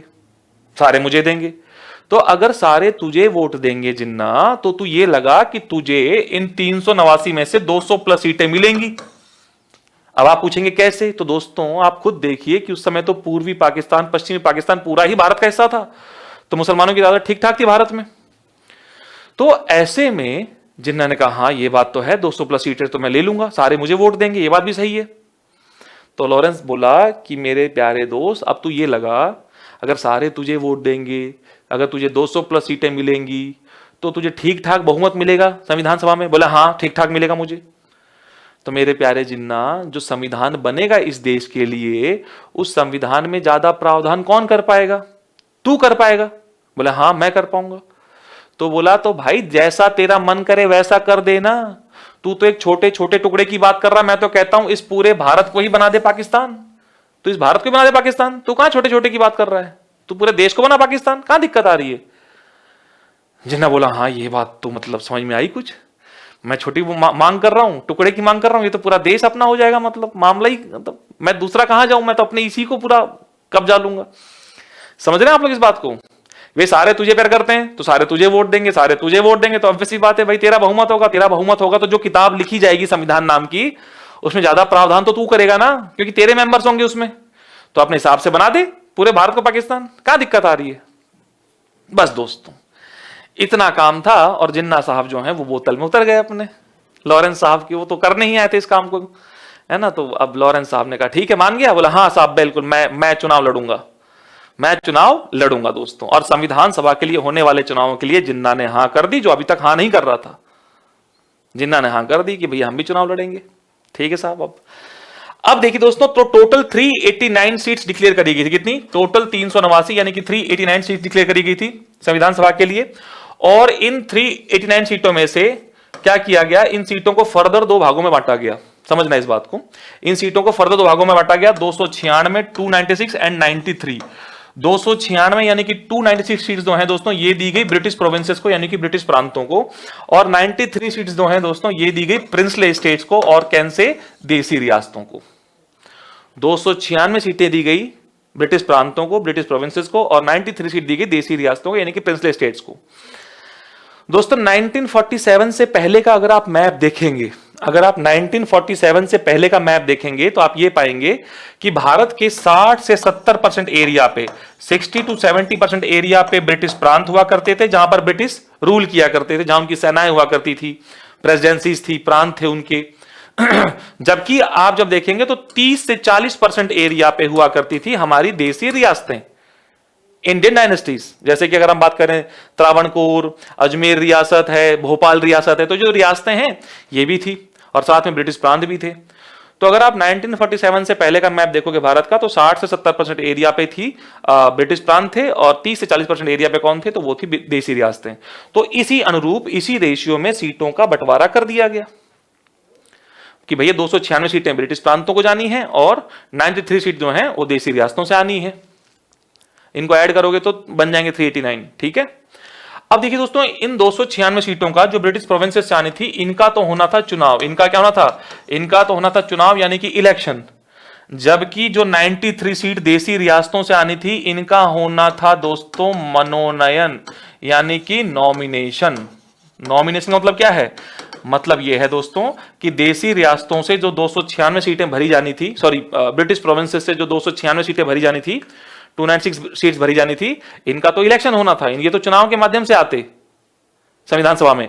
लेकिन जो 93 सीट देसी रियासतों को दी गई थी, ब्रिटिश प्रोविंसेस को दी गई थी, इनका, सॉरी ब्रिटिश आपका प्रिंसले स्टेट्स को दी गई थी।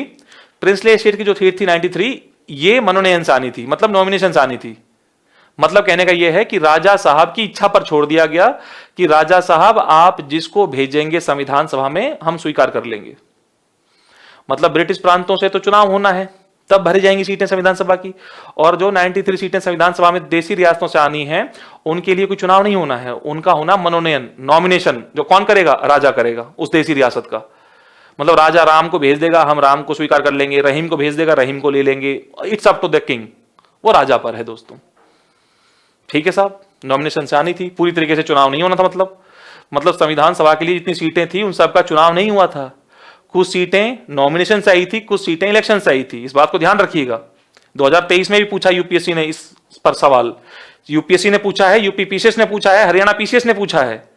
तीनों ने 2023 में सवाल पूछा है संविधान सभा पर। तो बहुत तरीके से सुनिएगा मेरी बातों को जो मैं समझाना चाह रहा हूं आप लोगों को। हर इस पोर्शन से लगभग हर साल सवाल रहता है आपका, हर पीसीएस में कोशिश है, यूपीएससी में भी रहता ही है। तो भाई, तो 389 सीटें डिक्लेयर कर दी गई, बांट दिया गया 296 93 में। इनका होना था इलेक्शन, इनका होना था नॉमिनेशन यानी कि मनोनयन। इन 296 सीटों को दोस्तों फर्दर 3 भागों में बांटा गया। मुस्लिम, सिख और others. Muslim, Sikh and others. इन 296 सीटों को, दैट मींस इन 296 सीट्स को जो कि ब्रिटिश प्रोविंसेस को दी गई थी दोस्तों, इनको फर्दर 2 भागों में बांटा गया। मैं कह रहा हूं 3 भागों में बांटा गया, मुस्लिम, सिख और अदर्स। और दोस्तों मुस्लिम और सिख को दिया गया सेपरेट इलेक्टोरल। क्या दिया गया? Separate electoral. सेपरेट इलेक्टोरल यानी कि पृथक निर्वाचन। क्या दिया गया? पृथक निर्वाचन दिया गया दोस्तों, पृथक निर्वाचन। मतलब कहने का यह है दोस्तों कि अगर मुस्लिम बहुल क्षेत्र है, अगर मुस्लिम बहुल क्षेत्र है तो खड़ा कौन हो सकता है भाई चुनाव लड़ने के लिए? केवल मुस्लिम कैंडिडेट। समझना इस बात को। अगर मुस्लिम बहुल क्षेत्र है तो कैंडिडेट केवल मुस्लिम ही खड़ा हो सकता है। और अगर सिख बहुल क्षेत्र है, क्योंकि सिख को भी दिया गया है ना, अगर सिख बहुल क्षेत्र है तो कैंडिडेट केवल सिख ही खड़ा हो सकता है। दोस्तों अंग्रेजों ने बहुत दिमाग लगाया था, समझिए इस बात को। अंग्रेजों की वो जो नीति थी, फूट डालो शासन करो की, तो वो मामला तो हमेशा चलेगा भाई, सीधी सी बात है। जो दिमाग में ही है, खुरापात है ना, वो कहते हैं ना कि दिमाग में छुरी मुंह में राम, और दिमाग में छुरी वाला काम तो उनका ही चलता रहता था लगातार, तो गटा जोड़ लगाते रहते थे अपना। तो यहां पर उन्होंने क्या किया, इन 296 सीटों को फर्दर 3 भागों में बांट दिया, मुस्लिम, सिख और अदर्स। और मुस्लिम और सिख को क्या दिया गया? सेपरेट इलेक्टोरल, मतलब पृथक निर्वाचन। इसका मतलब क्या होता है? मैंने कहा कि अगर मुस्लिम मेजॉरिटी एरिया है तो कैंडिडेट कौन खड़ा होगा? सिर्फ मुस्लिम। मेजॉरिटी का मतलब क्या होता है? अगर किसी क्षेत्र में 100 लोग रहते हैं, उसमें से 51 लोग मेजॉरिटी के हैं और 49 लोग जो हैं वो अल्पसंख्यक है, अल्पमत में है। तो खड़ा कौन होगा? इसमें से खड़ा होगा। मतलब अगर 100 में से किसी क्षेत्र में 51 मुसलमान हैं तो 49 कोई अलग धर्म जात ही क्यों ना हो, खड़ा कौन होगा? मुस्लिम। और दूसरा, सिखों के लिए भी यही प्रावधान किया गया कि अगर 100 लोग हैं उसमें से अगर 51 सिख हैं तो सिख ही खड़ा हो सकता है कैंडिडेट दोस्तों। और तीसरा, अदर्स में केवल हिंदूज नहीं है। अदर्स में ऐसा नहीं कि केवल हिंदूज हैं, अदर्स में सब हैं दोस्तों। अन्य में, अन्य मतलब सब। इसमें सिख भी, इसमें आपके हिंदू भी हैं, बौद्ध भी हैं, पारसी भी हैं, ईसाई भी हैं, सब हैं, सब हैं इसमें आएंगे। तो अंग्रेजों ने प्लान सेट कर दिया कि कहीं ना कहीं फायदा मिले अपने जिन्ना साहब को, थोड़ा फायदा मिल जाए। वो इतना कह भी रहा था। और दोस्तों एक अंतिम बात जो आपको यहां और जाननी चाहिए वो ये है कि जो ये चुनाव होने थे 296 सीटों के, ये कैसे होने थे? ये होने थे अप्रत्यक्ष। कैसे होने थे? ये होने थे अप्रत्यक्ष यानी कि इनडायरेक्ट। देखिए दोस्तों, चुनाव जो है वो 2 प्रकार के होते हैं। चुनाव जो है वो क्या है? चुनाव 2 प्रकार के होते हैं, एक होता है डायरेक्ट और एक होता है इनडायरेक्ट। डायरेक्ट इलेक्शन का मतलब होता है जहां पर जनता सीधे जाकर वोट डालती है। प्रत्यक्ष चुनाव का मतलब होता है जहां पर जनता सीधे जाकर वोट डालती है। जैसे मैं और आप जाते हैं ना लोकसभा के चुनाव, वो डायरेक्ट है, मैं आप जाके सीधे वोट डालते हैं। विधानसभाओं के चुनाव हैं, हम जाके सीधे वोट डालते हैं। लेकिन कुछ चुनाव दोस्तों इनडायरेक्ट भी होते हैं, यानी कि अप्रत्यक्ष चुनाव भी होते हैं, जिनमें सीधा जनता वोट नहीं डालती है। जैसे राष्ट्रपति का चुनाव, आप वोट डालते हैं क्या? नहीं डालते। राज्यसभा के चुनाव हैं, आप वोट डालते हैं? नहीं डालते। तो ऐसे में दोस्तों ये है अप्रत्यक्ष चुनाव, जहां पर जनता सीधे वोट नहीं डालती है। तो मैं वही समझाना चाहता हूं आप लोगों से कि 296 सीटें जिन चुनावों के माध्यम से भरी जानी थी, ये कैसे थे? ये अप्रत्यक्ष से, ये प्रांतीय विधानमंडलों द्वारा भरे जाने थे। तो दोस्तों ये पूरा फॉर्मेट तैयार कर दिया गया संविधान सभा के लिए होने वाले चुनावों का। टोटल 389 सीटें थी, इनको फर्दर 2 भागों में बांटा गया, 296 और 93। 296 सीट दी गई ब्रिटिश प्रोविंसेस को यानी कि ब्रिटिश प्रांतों को, जिनका होना था चुनाव, जबकि 93 सीट दी गई देशी रियासतों को यानी कि ब्रिटिश प्रिंसली स्टेट्स को। जिनका होना था मनोनयन यानी कि नॉमिनेशन। मतलब राजा से कहा गया कि राजा साहब आप तो अपनी मर्जी से कोई भी बंदा भेज देना, बंदा या बंदी जो भी वटेवर आप भेज देना। और दोस्तों इन 296 सीटों को फर्दर 3 भागों में बांटा गया, मुस्लिम, सिख और अदर्स। और मुस्लिम और सिख को क्या दिया गया, सेपरेट इलेक्टोरल दिया गया। मतलब अगर मुस्लिम बहुल क्षेत्र है तो मुस्लिम कैंडिडेट, अगर सिख बहुल क्षेत्र है तो सिख कैंडिडेट, और अन्य में सभी हैं, मैंने कहा आप लोगों से दोस्तों। तो ये चुनाव की तैयारी दोस्तों हो गई, इस तरीके से चुनाव होने हैं। अब दोस्तों चुनाव की घोषणा हुई, चुनाव हुए, और आज आया दोस्तों रिजल्ट। और आज तारीख क्या थी, आज तारीख थी दोस्तों 16 अगस्त 1946। ध्यान रखना है, कैबिनेट मिशन 46 में आया, अंतरिम सरकार 46 में बनी, कैबिनेट मिशन भी 46 में ही बनेगी। ध्यान रखिएगा, 46 का साल बहुत जरूरी है हमारे लिए, साल 1946 बहुत इंपॉर्टेंट है, ठीक है। तो 16 अगस्त 1946 को आया दोस्तों रिजल्ट। अब आपको क्या लगता है, बताइए क्या लगता है आप लोगों को कि कौन रिजल्ट का बेसब्री से इंतजार कर रहा होगा? क्या लगता है आप लोगों को इस रिजल्ट का सबसे ज्यादा बेसब्री से कौन इंतजार कर रहा होगा? तो ऑब्वियस सी बात है, जिन्ना कर रहा होगा भाई। अब उसके दिल में बड़े बड़े सपने हैं, मतलब पूरे भारत पर कब्जा करने के मतलब है। उसने अपनी मांग छोड़ी इतने सालों से, उसके पास जो मांग चल रही थी उसने वो मांग को छोड़ा, पैसिफिक टॉलरेंस की बात मानकर उसने जो है बिल्कुल भारत पर कब्जा करने का सोचा। तो वही इसका रिजल्ट का वेट भी कर रहा था दोस्तों। और दोस्तों रिजल्ट ये आया कि 208 सीटें मिली कांग्रेस को, 208 सीटें मिली कांग्रेस को, और 73 सीटें मिली मुस्लिम लीग को दोस्तों। कितनी? 73 सीटें, 73 सीट्स मिली मुस्लिम लीग को। बताओ दोस्तों, मतलब 73 सीट्स, मतलब दिल के अरमा आंसुओं में बह गए दोस्तों, और हम वफा करके भी दोस्तों बेवफा रह गए। मतलब 73 सीट्स, 73 सीटें, मतलब क्या सोचा था दोस्तों और क्या ही निकला। मतलब कहां भारत पर कब्जा और कहां मतलब बिल्कुल एकदम। तो समझ सकते हैं कि उस पर क्या बीती होगी जिन्ना पर। अब उसके सामने कोई ऑप्शन नहीं है कि अब मैं जाके कहूं लॉरेंस साहब से कि नहीं ये तो चीटिंग है, मैं नहीं खेलूंगा, मैं नहीं मानूंगा। वो थप्पड़ और मारेगा दो। वो कहेगा कि मतलब तू तो कह रहा था तेरे पास सारे मुसलमानों का प्यार है, सब तुझे प्यार करते हैं दोस्तों, सब तुझे प्यार करते हैं, ये प्यार करते हैं तुझे मुसलमान। तो भारत के मुसलमानों की बात कर रहा था या दुनिया के कहीं और की बात कर रहा था? क्योंकि यहां के तो प्यार नहीं करते, ये तो दिख गया। यहां के तो तुझे प्यार नहीं करते, ये तो दिख गया। और ये आपके लिए भी दोस्तों सोचने वाली बात है कि जब आप ये हिंदू मुसलमान करते हैं भारत में, जब आप ये सांप्रदायिक चीजों को देखते हैं, तो आपको सोचना चाहिए कि इस धरती के जितने हकदार आप हैं, ठीक उतनी हकदार सभी हैं। उन सभी ने इस धरती के लिए रक्त बहाया है, उन सभी ने इस धरती के लिए कहीं ना कहीं अपने प्राणों का बलिदान दिया है ना। तो राष्ट्रवाद के पैमाने बहुत बड़े होते हैं, केवल 1-2 पैरामीटर नहीं होते राष्ट्रवादी होने के। तो यहां से भी आपको एग्जाम्पल दिख सकता है। तो दोस्तों यहां पर जिन्ना के सामने कोई ऑप्शन नहीं, अब क्या करे भाई। एक तो इतने सालों की मैंने मांग छोड़ दी ये चुनाव का नतीजा देखने के लिए। तो दोस्तों उसकी हालत बहुत खराब थी। और जिस आदमी के सामने कोई समस्या ऐसा होता है ना कि कुछ सॉल्यूशन नहीं दिखता है, तो कहीं ना कहीं वो हिंसा का प्रयोग करना शुरू कर देता है। और यही किया मुस्लिम लीग ने भी। जब 73 सीटें उसको मिली और जब उसको कोई रास्ता नहीं दिखा दोस्तों, तो इसी दिन मतलब 16 अगस्त 1946 को ही मुस्लिम लीग ने घोषणा करी डायरेक्ट एक्शन डे की। किसकी? डायरेक्ट एक्शन डे की दोस्तों। डायरेक्ट एक्शन डे या फिर प्रत्यक्ष कार्यवाही दिवस की, प्रत्यक्ष कार्यवाही दिवस की घोषणा करी। और दोस्तों इसी दिन से भारत में दंगे शुरू हो गए। और इसी दिन से मतलब 16 अगस्त से ही पूरे देश में देशव्यापी दंगे शुरू हो गए, हिंदू मुसलमान के दंगे शुरू हो गए। और ये दंगे दोस्तों चलते रहे कब तक? 14 अगस्त 1947, जब तक कि पाकिस्तान आजाद नहीं हो गया। और अगले ही दिन मतलब 15 अगस्त 1947 को भारत को भी आजाद कर दिया गया। तो लगभग दोस्तों 1 साल चले थे दंगे। 1 साल लगाओ ना तुम, 16 अगस्त 1946 से 14 अगस्त 47 तक 1 साल चले। इन दंगों में लगभग 1 करोड़ के करीब लोग मारे गए थे। वो देखिए ना मूवी आप लोगों ने, ये एक सनी देओल की मूवी आई थी, वो क्या नाम था उसका, वो एक आई थी उसमें वो नलका वलका उबाड़ देता है, नलका निकाल देता है धरती में से। गदर आई थी शायद, गदर।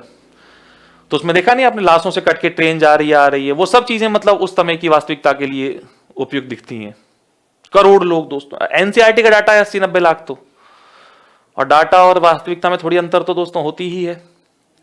तो 1 करोड़ के करीब दोस्तों लोग मारे गए थे, 1 करोड़ के करीब। इतना खून बहा था, मतलब खून की नदियां। और तब जाकर 14 अगस्त को पाकिस्तान को अलग किया गया, भारत को आजाद किया गया 15 अगस्त को। तो आप इन मौतों के आंकड़े से तो अंदाजा लगा ही रहेंगे कितनी गंभीर समस्या थी, कितनी गंभीर उस समय कंडीशन थी। एक बात से और आप अंदाजा लगाइए कि ये गंभीरता कितनी खतरनाक रही होगी कि जो कि ब्रिटेन का प्रधानमंत्री था। मैंने आपसे कहा था 45 में चुनाव हुए, फिर वो आया था जीतकर लेबर पार्टी का। एटली दोस्तों, एटली ने ये कहा था फरवरी 1947 में उसने घोषणा करी थी। एटली ने दोस्तों फरवरी 1947 में घोषणा करी थी कि हम भारत को आजाद कर देंगे। हम भारत को आजाद कर देंगे। कब? हम भारत को आजाद कर देंगे जून 1948 में। तो हमको जो आजादी की डेट मिली थी वो थी 1948। वो क्या थी? वो 1948 थी।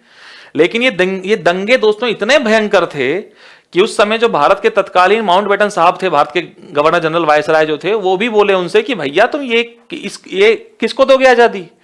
1948 में आजादी दोगे किसको? कोई बचेगा तब तो आजादी दोगे, तो कट कटा के सारे मर लेंगे। और मैं तो तुम्हारा अपना हूं, हमें तो निकाल लो कम से कम गुरु। और दोस्तों यही कारण था कि ये जो डेट मिली थी आपको आजादी की, जून 1948 दोस्तों, 30 जून 1948, इसको आगे बढ़ाया गया, ऊपर किया गया। और क्या किया गया? 15 अगस्त 1947, 15 अगस्त 1947 किया गया इसको। वरना आजादी इस दिन नहीं मिलनी थी। तो लगाइए दोस्तों क्या परिस्थितियां रही होंगी उस समय। तो उस समय का जो प्रधानमंत्री बनेगा दोस्तों, उस पर क्या ही कहें कि उस पर क्या समस्याएं रही होंगी। आप समझिए इस चीज को। मैंने आपसे कहा किसी भी चीज का मूल्यांकन करना है तो पहले आप उसकी परिस्थितियों को समझिए, क्योंकि मानव जो है वो अपनी परिस्थितियों से बना है। मानव क्या है? मानव अपने विचारों से बना है। आपकी अगर मैं बात करूं तो आप अपने विचारों से बने हुए हैं, और आपके विचार में ज्यादातर जो होता है वो आपकी परिस्थितियों का योगदान होता है। तो मानव तो परिस्थितियों से बना हुआ है। अब मैं ऐसा इसलिए हूं क्योंकि मेरी परिस्थितियां ऐसी थी, आप ऐसे इसलिए क्योंकि आपकी परिस्थितियां ऐसी हैं। तो मानव तो कुछ और नहीं, विचार है, और विचार उसकी परिस्थितियों से बनता है दोस्तों। तो कभी भी आप किसी परिस्थिति का मूल्यांकन करते हैं, किसी व्यक्ति का मूल्यांकन करते हैं, तो आप जरूर उसकी परिस्थितियों को देखें कि उस समय क्या दौर था। अब 2023 में बैठकर हम मूल्यांकन करें उस समय की विदेश नीति का, तो थोड़ा बहुत मामला खराब हो सकता है, क्योंकि उस समय की सर्कमस्टेंसेस क्या थी वो आज भी हैं क्या, ऐसा जरूरी नहीं है। तो दोस्तों यहां पर समझिए आप लोग कि ये सब कंडीशंस थी जब आपको ये आजादी मिली है 15 अगस्त 1947 को। अब दूसरे पक्ष की बात करें दोस्तों, तो यहां पर 208 सीटें कांग्रेस को मिल चुकी हैं, और बहुमत चूंकि मिल चुका है, मेजॉरिटी मिल चुकी है। तो दोस्तों कांग्रेस ने नवंबर 1946 को संविधान सभा का गठन कर दिया, क्योंकि बहुमत मिल गया तो अब कर दिया। मिलना अब वो कायदे से तो चाहता तो था मुस्लिम लीग का वो क्या नाम है, जिन्ना, लेकिन अब तो हो नहीं पाया मामला। तो दोस्तों यहां पर नवंबर 1946 को संविधान सभा का गठन हो गया, formation of the constituent assembly. तो संविधान सभा का गठन हो गया। और दोस्तों 9 दिसंबर 1946 बोले तो 9 दिसंबर 1946 को संविधान सभा की पहली बैठक हुई। कौन सी बैठक हुई? पहली बैठक। और इसमें सच्चिदानंद सिन्हा साहब को दोस्तों, किसको? सच्चिदानंद सिन्हा साहब को बनाया गया संविधान सभा का अस्थायी अध्यक्ष, दैट मीन्स टेम्परेरी प्रेसिडेंट। नवंबर 1946 में संविधान सभा का गठन हुआ है, और 9 दिसंबर 1946 को दोस्तों, अगर मैं आपसे बात करूं, 9 दिसंबर 1946 को ये जो है आपका पहली बैठक हुई है। और इसके अध्यक्ष कौन थे? इसके अध्यक्ष थे सच्चिदानंद सिन्हा साहब। दूसरा दोस्तों अगर हम बात करें, दूसरी जो बैठक है दोस्तों वो हुई, तो पहली बैठक तो 9 दिसंबर हो गई, 9 दिसंबर 1946 सिन्हा साहब को बनाया गया संविधान सभा का अस्थायी अध्यक्ष। इसके बाद दोस्तों 11 दिसंबर 1946 को डॉक्टर राजेंद्र प्रसाद को बना दिया गया संविधान सभा का स्थायी अध्यक्ष, यानी कि परमानेंट प्रेसिडेंट। तो अब 2 दिन बाद राजेंद्र प्रसाद साहब को बना दिया गया क्या? संविधान सभा का स्थायी अध्यक्ष, और कैसे? Permanent president of the constituent assembly. और एच.सी. मुखर्जी को बनाया गया था संविधान सभा का उपाध्यक्ष। ये कुछ फैक्चुअल डाटा से ध्यान रखिएगा आप लोग। नवंबर 1946 गठन, 9 दिसंबर 1946 को पहली बैठक, उसमें सच्चिदानंद सिन्हा साहब को बनाया गया संविधान सभा का अस्थायी अध्यक्ष। उसी के 2 दिन बाद, मतलब कब? 11 दिसंबर 1946 को डॉक्टर प्रसाद को बना दिया गया संविधान सभा का स्थायी अध्यक्ष, यानी कि परमानेंट प्रेसिडेंट, और एच.सी. मुखर्जी को बनाया गया संविधान सभा का उपाध्यक्ष। इसके 2 दिन बाद, बस दोस्तों जिंदगी जो है 2 दिन का ही खेल है, 2 दिन की बात है। तो 2 दिन बाद कितना आएगा? 13 दिसंबर 1946 को जवाहरलाल नेहरू साहब लेकर आए संविधान सभा में एक उद्देश्य प्रस्ताव। क्या लेकर आए? एक उद्देश्य प्रस्ताव लेकर आए दोस्तों, एक ऑब्जेक्टिव रेजोल्यूशन, ऑब्जेक्टिव रेजोल्यूशन लेकर आए संविधान सभा में। एक उद्देश्य प्रस्ताव लेकर आए। उद्देश्य प्रस्ताव का मतलब क्या होता है कि भाई हमारा उद्देश्य क्या है, और जब आप उद्देश्यों की बात करोगे तो अच्छी अच्छी बात करोगे ना। तो ये उद्देश्य प्रस्ताव कौन लेकर आया था? तो नेहरू लेकर आए थे 13 दिसंबर 1946 को। और इस उद्देश्य प्रस्ताव में सब बातें थी कि भारत एक संप्रभु राष्ट्र होगा, भारत अपने सभी नागरिकों का मौलिक अधिकार देगा, SC ST माइनॉरिटीज का प्रोटेक्शन करेगा, ऐसे अच्छे अच्छे प्रावधान है। भाई जब आप किसी चीज का उद्देश्य बताओगे तो अच्छा ही तो बताओगे, और अच्छा तो है ये।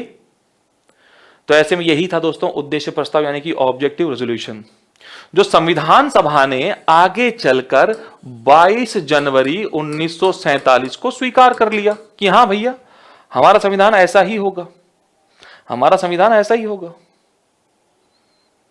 तो 9 दिसंबर 1946 को संविधान सभा की पहली बैठक हुई, जिसमें सचिदानंद सिन्हा को बनाया गया संविधान सभा का अस्थायी अध्यक्ष। 2 दिन बाद मतलब 11 दिसंबर 1946 को doctor Prasad became president, permanent president of the constituent assembly, और SC मुखर्जी को बनाया गया संविधान सभा का उपाध्यक्ष। और तीसरा 13 दिसंबर 1946 को जवाहरलाल नेहरू साहब क्या लेकर आते हैं? एक उद्देश्य प्रस्ताव लेकर आते हैं, एक ऑब्जेक्टिव रेजोल्यूशन लेकर आते हैं, जो आगे चलकर 22 जनवरी 1947 को संविधान सभा ने स्वीकार कर लिया कि हां हमारा संविधान ऐसा ही होगा। और दोस्तों यही उद्देश्य प्रस्ताव जो नेहरू लेकर आए थे 13 दिसंबर 46 को, यही उद्देश्य प्रस्ताव आगे चलकर हमारी प्रस्तावना का आधार बनेगा। क्या बनेगा? हमारी प्रस्तावना, प्रियम्बल जो है दोस्तों, हमारी प्रियम्बल का बेस बनेगा या हमारी प्रस्तावना का आधार बनेगा। NCERT के हर दूसरे पन्ने पर दी जाती है preamble, we the people of India, हम भारत के लोग। तो जो प्रियम्बल आप जो देखते हैं ना, उस प्रियम्बल का बेस क्या है, उस प्रियम्बल का, उस उद्देश्य प्रस्ताव का आधार क्या है? तो वो यही उद्देश्य प्रस्ताव है, या वही ऑब्जेक्टिव रेजोल्यूशन है जो आया था 13 दिसंबर 1946 को संविधान सभा में, और आगे चलकर उसको 22 जनवरी 47 को स्वीकार किया गया था। तो इस बात को ध्यान रखिएगा। तो दोस्तों ये था संविधान सभा का गठन, formation of the constituent assembly. मुझे उम्मीद है कि समझ में आपको आ गया होगा पूरी सिनेरियो। आगे से अगस्त प्रस्ताव, उसके बाद आपका क्रिस मिशन, उसके बाद आप लोगों का भारत छोड़ो आंदोलन 1942 का, उसके बाद आपने देखा कि वेवल योजना आई, फिर शिमला समझौता आया, फिर कैबिनेट मिशन आया, और कैबिनेट मिशन पर आधारित आपने संविधान सभा का गठन देख लिया। उस तरफ आपने अंतरिम सरकार का गठन देख लिया। तो संविधान सभा आ गई दोस्तों, अब संविधान सभा आ गई है तो अब संविधान लिखना शुरू किया जाएगा। अभी तक तो संविधान क्या है? एक किताब है, संविधान पे किताब है ना, एक दस्तावेज है दोस्तों। अब किसी किताब को लिखने के लिए क्या चाहिए? लेखक तो चाहिए ना, उसका ऑथर तो चाहिए। तो ऑथर तो अब आया है ना निकल कर, संविधान सभा है उसकी ऑथर, तो वो लिखेगी अब बैठकर उसको क्या प्रावधान होंगे, कैसे प्रावधान होंगे। तो अब तक तो हम लोग मेंबर ला रहे थे, तो अब मेंबर आ चुके हैं संविधान सभा में दोस्तों। उस संविधान सभा का गठन हो चुका है जो अब संविधान बनाएगा। दोस्तों जो मैंने आपसे कहा था कि संविधान सभा की पहली बैठक कब हुई थी? संविधान सभा की पहली बैठक हुई थी 9 दिसंबर 1946 को। संविधान सभा की पहली बैठक हुई थी दोस्तों 9 दिसंबर 1946 को। इस दिन केवल 211 ही सदस्य आए थे। संविधान सभा की पहली बैठक दोस्तों 9 दिसंबर 1946 को हुई थी, और इस दिन संविधान सभा में केवल 211 ही मेंबर आए। अब आप कहेंगे सर टोटल तो 389 थे, और सही बात है, टोटल कितने थे? टोटल तो 389 थे, 389 थे, और आप कह रहे हो 211 ही आए, तो और कौन नहीं आया सर? तो आप कहेंगे सर पक्का वो नहीं आए होंगे, कौन? वो मुस्लिम लीग वाले नहीं आए होंगे। हाँ सही बात है, मुस्लिम लीग ने बहिष्कार किया संविधान सभा का, वो नहीं आए, पर वो तो 73 ही थे, 73 ही थे। तो 389 में से 73 घटाओगे तो थोड़ी 211 बचेगा। फिर और कौन नहीं आया सर? दोस्तों और वो नहीं आए जो देसी रियासत के रजवाड़ों से आने थे। देसी रियासत के राजा ने कोई भेजा ही नहीं रिप्रेजेंटेटिव अपना। अब राजा भी दोस्तों राजा है ना, वो क्यों भेजेगा अपना रिप्रेजेंटेटिव? भाई अगर आप कहीं के राजा हैं, मान लीजिए अगर आप कहीं के राजा हैं, तो you are having enough powers, you are the सर्वे सर्वा, you are the whole and sole of that state. आप किसी राज्य के सर्वे सर्वा हैं, आप चाहें वो करें उस राज्य में, आप निरंकुश हैं, आपकी शक्तियों पर अंकुश लगाने वाला कोई भी नहीं है। आप क्यों किसी के साथ बनना चाहेंगे? ऑब्वियस सी बात नहीं बनना चाहेंगे भाई। अब मान लो आप किसी कंपनी के मालिक हैं, आप जो कहें वो होगा। कंपनी में रात में काम करेगी तो रात में करेगी, दिन में करेगी दिन में करेगी। लेकिन अगर आपने रख लिया पार्टनर, थोड़े भी शेयर दे दिया आपने किसी और को, तो क्या आपका काम वैसे ही निरंकुश तरीके का होगा? नहीं, आपको हो सकता है उसके अनुसार काम करना पड़ जाए, वो जो कह रहा है वो सुनना पड़ जाए। तो ये चीज तो दोस्तों आपके कहीं ना कहीं पावर्स को निरंकुशता से सीमित करेंगी। अंकुश लगाएंगे उस पर, लिमिट करेंगे उसको। ये चीज रजवाड़े नहीं चाहते थे, राजे रजवाड़े, वो अपना वही सब घोड़ा हाथी और जो बिल्कुल अपना उसी पे थे, वो नहीं चाहते थे चीज, और इसलिए उन्होंने किसी ने संविधान सभा में कोई रिप्रेजेंटेटिव नहीं भेजा। तो फिर उनको संभालने का काम दिया गया लोह पुरुष को। किसको दिया गया दोस्तों? हमारे देश में जिनको माना जाता है आयरन मैन। और वो कौन है दोस्तों? ये जो मूवी वगैरह देखते हैं आप, वो सब नकली माल है दोस्तों, वो सब नकली है आयरन मैन। असली आयरन मैन के बारे में पढ़ना है तो पढ़ो सरदार वल्लभ भाई पटेल के बारे में। यूनिफिकेशन ऑफ इंडिया जो किया है ना उन्होंने, जो देश का उन्होंने किया एकीकरण। ये देशी रियासतें कौन सा आने को तैयार थी भारत के साथ में? कोई आने को तैयार नहीं था, इनको तो लाया गया है। साम दाम दंड भेद, नेहरू साहब को खुला छूट दे दिया, पटेल साहब को खुला छूट दे दिया गया कि जाओ और अपना आप देखो, रियासती मंत्रालय बनाया गया, उस रियासती मंत्रालय का अध्यक्ष बना दिया गया पटेल साहब को, और पटेल साहब आप अपने हिसाब से मिलाइए। तो दोस्तों आप यकीन नहीं मानेंगे, 15 अगस्त 47 से पहले भारत में 550 से अधिक रियासतें थी, सबका विलय कर लिया था, कुछ 2-4 रह गई थी बड़ी बड़ी, उनका विलय फिर नेहरू और पटेल ने मिलकर किया। जैसे जूनागढ़ है, आपको मैं बताऊंगा आगे जब पढ़ेंगे संविधान का भाग 1 संघ राज क्षेत्र जो है उसके बारे में। और इसमें जूनागढ़ थी, उसमें हैदराबाद थी, जम्मू कश्मीर थी, तो उनकी क्या समस्याएं थी उन पर हम चर्चा करेंगे। लेकिन उनको भी अंततः मिला लिया गया। तो दोस्तों यहां पर आप देखेंगे कि पटेल साहब के इन्हीं सब कारणों की वजह से आप देखते हैं कि 211 जो पहले दिन मेंबर्स थे, और जब लास्ट डे हस्ताक्षर किए सभी संविधान निर्माताओं ने, तो टोटल मेंबर्स थे 284। कितने थे? 284 लोगों ने अंतिम रूप से संविधान पर हस्ताक्षर किए हैं। समझिए इस बात को। तो ये जो और मेंबर हैं ये कहां से आए? तो ये पटेल साहब लेकर आते रहे। चलो भैया, तुम समझ में आ रहा आप लोगों को? अब आपने देखा तो कि दोस्तों 200 प्लस मेंबर्स हमारी संविधान सभा में हमेशा मौजूद थे। 200 प्लस मेंबर्स हमारी संविधान सभा में हमेशा मौजूद थे। अब 200 प्लस मेंबर्स, आप मुझे बताइए, किसी भी एक बात पर फैसला करना है, कर पाएंगे? अब 200 प्लस मेंबर बैठ गए और एक बात पर फैसला कर रहे हैं, सहमति बन पाएगी? Is it possible? It is not possible दोस्तों। ये पॉसिबल ही नहीं है कि 200 प्लस मेंबर्स किसी एक बात पर सहमति प्राप्त कर लें, नहीं प्राप्त कर सकते। तो क्या किया जाए? और ऐसा भी नहीं कि आप दूसरे की बात खारिज कर देंगे, क्योंकि इसकी क्या गारंटी कि आप जो कह रहे हैं वही सही है या वही सही साबित होगा। तो ऐसे में तो वही बात है ना कि हमारी पूरी संविधान सभा बड़े लोकतांत्रिक तरीके से काम किया दोस्तों। हमारी संविधान सभा ने बड़े लोकतांत्रिक तरीके से काम किया, हर किसी के विचारों को एक तरीके से शामिल करने का प्रयास किया है जो सही लगा है और सभी के द्वारा सही माना गया है। सर्वसम्मति से स्वीकार किया गया चीजों को, बहुमत से स्वीकार नहीं किया गया कि 10 में से 6 ने कह दिया हाँ, 4 ने ना कह दिया तो नहीं है। 10 में से 10 ने अगर कह दिया कि हाँ ये ठीक रहेगा तो वो प्रावधान किया गया है दोस्तों। और यही कारण है कि आज तक आप देखिए दुनिया के सबसे शानदार संविधानों में से एक संविधान भारत का संविधान है। तो मेरे प्यारे दोस्तों, मैंने आपसे कहा कि अब यहां पर क्या होना है, अब यहां पर 200 प्लस मेंबर्स अगर बैठेंगे किसी मुद्दे पर बात करने के लिए तो नहीं बन पाएगा। हाँ, लेकिन अगर इन्हीं 200 मेंबर्स को अलग अलग ग्रुप्स में बांट दिया जाए, अलग अलग समूह में बांट दिया जाए, 15-20 करके अलग अलग समूह में बांट दिया जाए, और सभी समूहों को अपना अपना काम सौंप दिया जाए कि साहब तुम्हारा काम ये है, तुम ये करो, 20 लोग मिलकर, तुम इस पर विचार करो, तुम इस पर विचार करो, तुम इस पर विचार करो, तो ये काम ज्यादा आसान लग रहा है आप लोगों को भी। यही काम ज्यादा आसान और तार्किक भी लग रहा है ना दोस्तों। यही काम संविधान सभा ने किया। कुछ ग्रुप्स बना लिए और उन ग्रुप्स को अपने अपने काम सौंप दिए, और इन्हीं ग्रुप्स को कहा गया है संविधान सभा की समितियां। क्या कहा गया है? संविधान सभा की समितियां या फिर committees of the constituent assembly. जैसे दोस्तों एक थी संघ संविधान समिति। क्या थी? एक दोस्तों संघ संविधान समिति या फिर यूनियन कॉन्स्टिट्यूएंट कमिटी, और इसके दोस्तों हेड बनाए गए जवाहरलाल नेहरू साहब। एक कौन सी थी? संघ संविधान समिति। एक और थी दोस्तों संघ शक्ति समिति। बहुत सारी समितियां थी, मतलब लगभग 21-22 समितियां थी।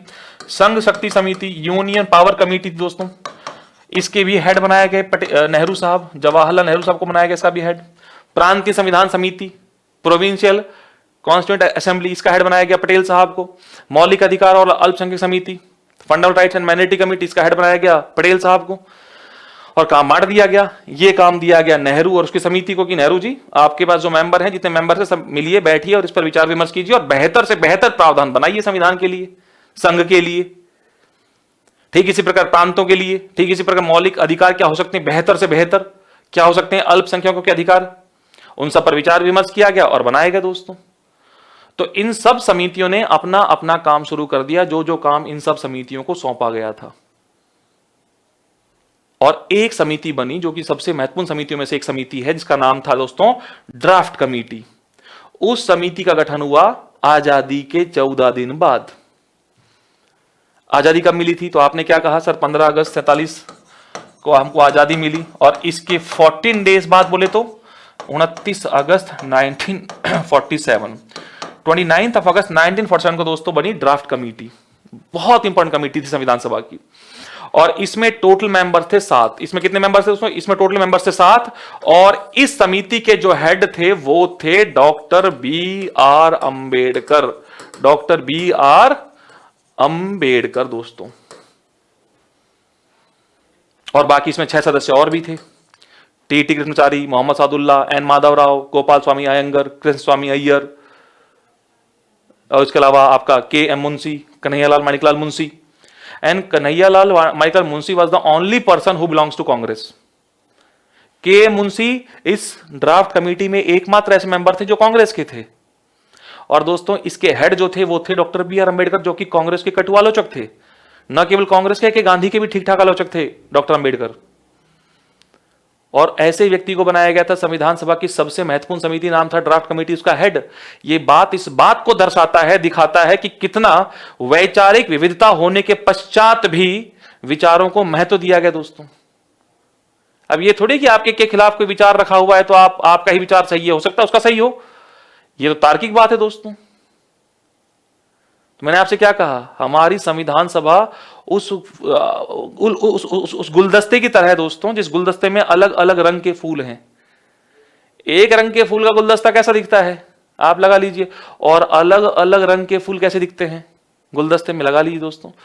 तो अलग अलग विचार थे, अलग अलग दल थे, बहुत सारे दलों से मिलकर बनी है हमारी संविधान सभा, अलग अलग विचार दोस्तों। तो यही तो खूबसूरती है इस देश की, विविधता। लोकतंत्र बराबर में विविधता दोस्तों। लोकतंत्र, democracy is equals to diversity.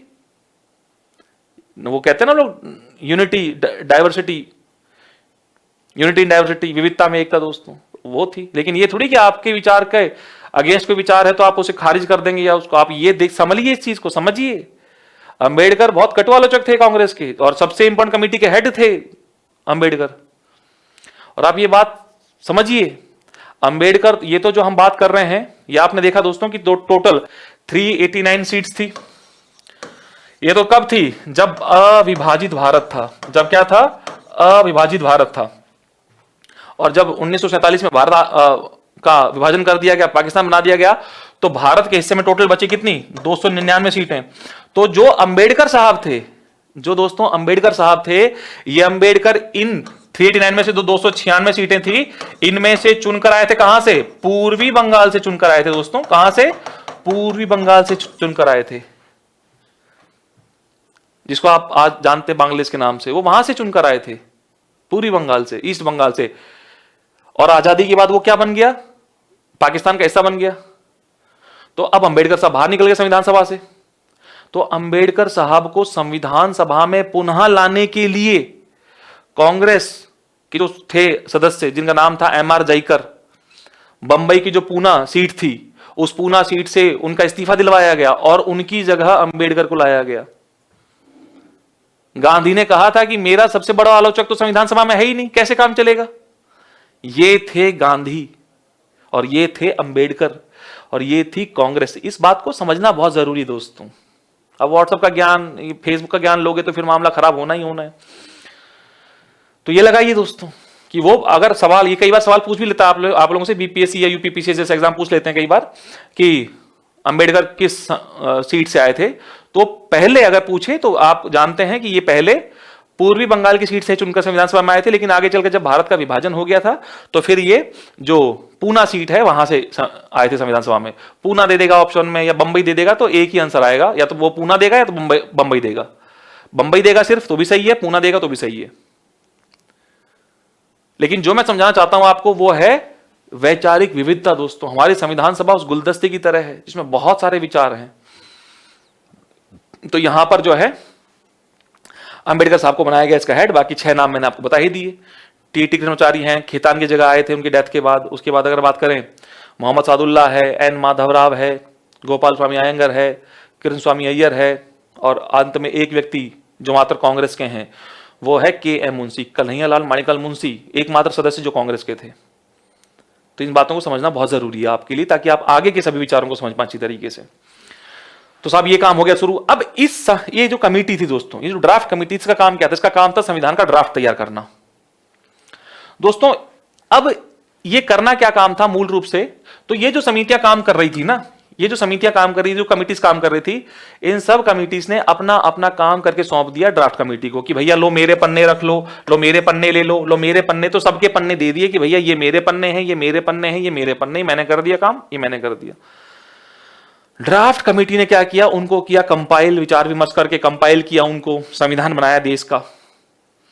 और फिर दोस्तों इस ड्राफ्ट कमेटी ने उस संविधान को देश की जनता के सामने रख दिया 21 फरवरी 1948 को, 1948 को देश की जनता के सामने रख दिया। और दोस्तों इसे रखा गया 8 माह तक, 8 मंथ तक इसको रखा गया जनता के सामने कि भैया ये संविधान हमने बनाने का प्रयास किया है, देखो आप लोग, समझो आप लोग, आपके लिए है, देश के लिए है। अगर कोई वर्ग छूट गया है हमें बताइए, अगर किसी वर्ग के बारे में कोई गलत प्रावधान हो गया है तो बताइए, अगर आपके पास कोई इससे बेहतर प्रावधान है तो भी आप हमें सजेस्ट कीजिए, हम वेलकम करते हैं आपके सुझावों का। तो भाई 8, तो इस बात को भी समझिए आप लोग, संविधान देश पर थोपा नहीं गया है। एक होता है कि ये संविधान है फॉलो करना है कल से, एक तो ये होता है ये कानून है कल से फॉलो करो। एक क्या है, आप हैं सर्वे सर्वा, आप हैं जो हैं जनता है, ये आपके लिए बनाया गया है। देखिए अगर कोई समस्या है तो बताइए, अगर किसी के लिए गलत प्रावधान हो गया है तो फिर किस बात का, ये किताब किस बात की है ये? तो ऐसे में थोपा नहीं गया, आपकी सहमति से बनाया गया है। 8 महीने के बाद दोस्तों 6 से 7 हजार सुझाव आए भी संविधान सभा के ड्राफ्ट कमेटी के पास, और इसने लगभग 2 से 3 हजार सुझावों को स्वीकार भी किया, इंप्लीमेंट भी किया। और आगे चलकर ये सब जब काम कर लिया, जब सहमति प्राप्त कर ली जनता की, तो इसके बाद पुनः ये सौंप दिया गया किसको? संविधान सभा को। पुनः दोस्तों सौंप दिया गया किसको? पुनः यह संविधान सभा को, यानी कि कॉन्स्टिट्यूएंट असेंबली को सौंप दिया गया कि भैया मैंने अपना काम कर दिया, अभी आपके हाथ। अब संविधान सभा ने दोस्तों इस संविधान का 3 बार वाचन किया। संविधान दोस्तों ऐसे नहीं बना है कि ऐसे ही सर बन गया दस्तावेज, कागज, पूरी जान लगाई गई है, पूरे देश ने मिलकर बनाया है संविधान को। यहां पर दोस्तों संविधान सभा ने क्या किया? 3 वाचन किए। पहला जो वाचन था वो हुआ था 2 नवंबर 1948 से 1948 से 9 नवंबर 1948 तक, फर्स्ट रीडिंग ऑफ कॉन्स्टिट्यूशन। जो पहला रीडिंग था दोस्तों वो हुआ था 4 नवंबर 1948 से 9 नवंबर 1948 तक। दूसरा जो रीडिंग था दोस्तों वो हुआ था 15 नवंबर 1948 से लेकर और 17 अक्टूबर 1949 तक। और जो तीसरी रीडिंग हुई संविधान की दोस्तों वो हुई थी आपकी 14 नवंबर 1949 से लेकर और 26 नवंबर 1949 तक। और दोस्तों 26 नवंबर 1949 को ही यह संविधान देश को सौंप दिया गया, ये डेट। तो सबसे पहली बात तो ये कि संविधान के 3 वाचन हुए हैं, 3 रीडिंग हुई हैं। आज भी जब आप पढ़ेंगे आगे पॉलिटी में तो किसी विधेयक के 3 वाचन होते हैं, आज भी ऐसा है, परंपरा है हमारे यहां पर आज भी कि किसी विधेयक के 3 वाचन होते हैं, first reading, second reading, third reading. और आज भी आप पाएंगे कि सबसे जो महत्वपूर्ण रीडिंग है वो सेकंड रीडिंग ही होती है, सबसे लंबी वही रीडिंग होती है, वो यहीं से मिल रही है आप लोगों को। तो सबसे लंबी रीडिंग कौन सी है? सबसे लंबी रीडिंग सेकंड वाचन है। सेकंड रीडिंग जो है सबसे लॉन्गेस्ट रीडिंग है दोस्तों। दूसरा वाचन सबसे लंबा वाचन है, जो कब तक हुआ? 15 नवंबर 1948 से 17 अक्टूबर 1949 तक हुआ था। याद रखिए इस बात को, ये तब हुआ था। और अंत में तीसरा जो रीडिंग है वो कब से कब तक हुआ है? तो 14 नवंबर 1949 से 26 नवंबर 1949 तक हुआ दोस्तों। और इसी दिन संविधान देश को सौंप दिया गया। ये लो भैया संविधान दोस्तों देश को सौंप दिया। लेकिन आपसे, मैंने अभी आपसे कहा था दोस्तों प्रस्तावना है, हमारी किताबों में प्रस्तावना दी गई है ना, मैंने कहा था आपसे किताब के दूसरे पन्ने पर एनसीईआरटी में प्रस्तावना दी जाती है। आप जाके आप देखिएगा उस प्रस्तावना में आपको यही डेट बड़े बोल्ड अक्षरों से देखने को मिलेगी, 26 नवंबर 1949, क्योंकि दोस्तों इसी दिन संविधान देश को सौंपा गया था, 26 नवंबर 1949 को ही। लेकिन इस दिन संविधान तो देश को सौंप दिया गया, आप देखेंगे प्रस्तावना में लिखा हुआ है अंगीकृत करते हैं, आत्मपित करते हैं, अधिनियमित करते हैं इस दिन। लेकिन इस दिन केवल संविधान के 4 ही प्रावधान लागू किए गए। कितने? केवल 4 ही प्रावधान लागू किए गए। पहला आपका दोस्तों था नागरिकता। पहला दोस्तों क्या था? पहला था नागरिकता यानी कि सिटीजनशिप। दूसरा था आपका निर्वाचन यानी कि इलेक्शंस। तीसरा था अंतरिम संसद, इंतरिम पार्लियामेंट, अंतरिम संसद या फिर अंतरिम पार्लियामेंट। और चौथा था दोस्तों संविधान के अस्थायी प्रावधान, संविधान के अस्थायी प्रावधान यानी कि temporary provisions of the constitution, temporary provisions of the constitution.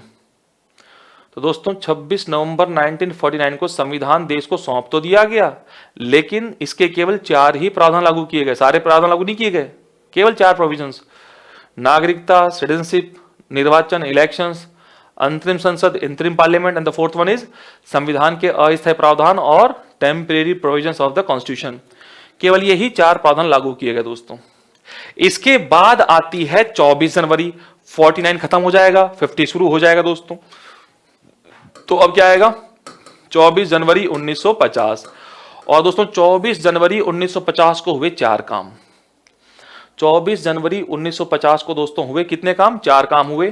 पहला, संविधान सभा की आखिरी बैठक। संविधान सभा की आखिरी बैठक, पहली बैठक कब हुई थी? 9 दिसंबर 1946 को। आखिरी बैठक कब हो रही है? 24 जनवरी 1950 को। अब आप रटेंगे नहीं, अब आप एक फ्लो में इसको ध्यान रखेंगे। दूसरा काम दोस्तों, डॉक्टर प्रसाद को बना दिया गया भारत का पहला राष्ट्रपति। Doctor Prasad became first president of the India. Doctor Rajendra Prasad को दोस्तों भारत का पहला राष्ट्रपति बना दिया गया। मैंने आपसे तब भी कहा था ना कि 11 दिसंबर 1946 को डॉक्टर प्रसाद को संविधान सभा का स्थायी अध्यक्ष बनाया जाएगा, बनाया गया उस दिन। और अब वो तब तक अध्यक्षता करेंगे जब तक कि संविधान सभा का काम खत्म नहीं हो जाता। तो आज काम खत्म हो गया, संविधान बनकर तैयार हो गया, देश को सौंप दिया गया। और 24 जनवरी 1950 को इसीलिए डॉक्टर प्रसाद को बना दिया गया संविधान भारत का पहला राष्ट्रपति। पहला काम संविधान सभा की आखिरी बैठक, last meeting of the constituent assembly. दूसरा काम doctor Prasad became first president of the India. Doctor Prasad Bharat के पहले राष्ट्रपति बना दिए गए। तीसरा दोस्तों, जन गण मन adopted as national anthem, Jana Gana मन को राष्ट्रगान के तौर पर स्वीकार किया गया। और चौथा काम जो दोस्तों हुआ वो था आपका वंदे मातरम को राष्ट्रगीत के तौर पर स्वीकार किया गया, या फिर Vande Mataram adopted as national song. तो ये 4 काम 24 जनवरी 1950 को हुए। मैं फिर रिपीट करता हूं। पहला, संविधान सभा की आखिरी बैठक। दूसरा, डॉक्टर प्रसाद को भारत का पहला राष्ट्रपति बना दिया गया। तीसरा, जनगण मन को राष्ट्रगान के तौर पर स्वीकार किया गया। और चौथा, वंदे मातरम को राष्ट्रगीत के तौर पर स्वीकार किया गया। क्लियर है? अच्छा, कभी आपसे ये पूछ ले सकता है, छोटा पेपर मतलब छोटा मतलब बीपीएससी या फिर यूपीपीसीएस, छोटा मतलब मैं एमटीएस की बात नहीं करता हूं कभी भी, मैं आपसे सिर्फ ये कहता हूं कभी कभी ऐसा होता है कि पीसीएस वगैरह भी पूछ लेते हैं छोटे मोटे सवाल। जैसे पूछ लेगा आपसे कि ट्राई कलर को कब राष्ट्रीय ध्वज के तौर पर स्वीकार किया गया था? ट्राई कलर को यानी कि जो तिरंगा है इसको कब राष्ट्रीय ध्वज के तौर पर, नेशनल फ्लैग के तौर पर स्वीकार किया गया था? तो याद होना चाहिए, आपको पता होना चाहिए 22 जुलाई 1947। इस बात को ध्यान रखिएगा, 22 जुलाई 1947, 47, ठीक है। तो tricolour adopted as national flag. और बाकी मैंने आपसे कहा 24 जनवरी 50 को ये काम हुए दोस्तों। और इसके 2 दिन बाद, अब इसके 2 दिन बाद क्या आने वाला है दोस्तों? तो अब आने वाला है 26 जनवरी। फिर से लड्डू खाने का समय आ गया। देखिए 26 जनवरी 1950, और 26 जनवरी 1950 को संविधान को पूरी तरीके से लागू कर दिया गया। 26 जनवरी 1950 को संविधान को पूरी तरीके से लागू कर दिया गया दोस्तों। 26 नवंबर को लागू नहीं किया गया था पूरी तरीके से। 26 नवंबर को तो केवल 4 ही प्रावधान लागू किए गए थे, ये 4 प्रोविजन लागू किए गए थे।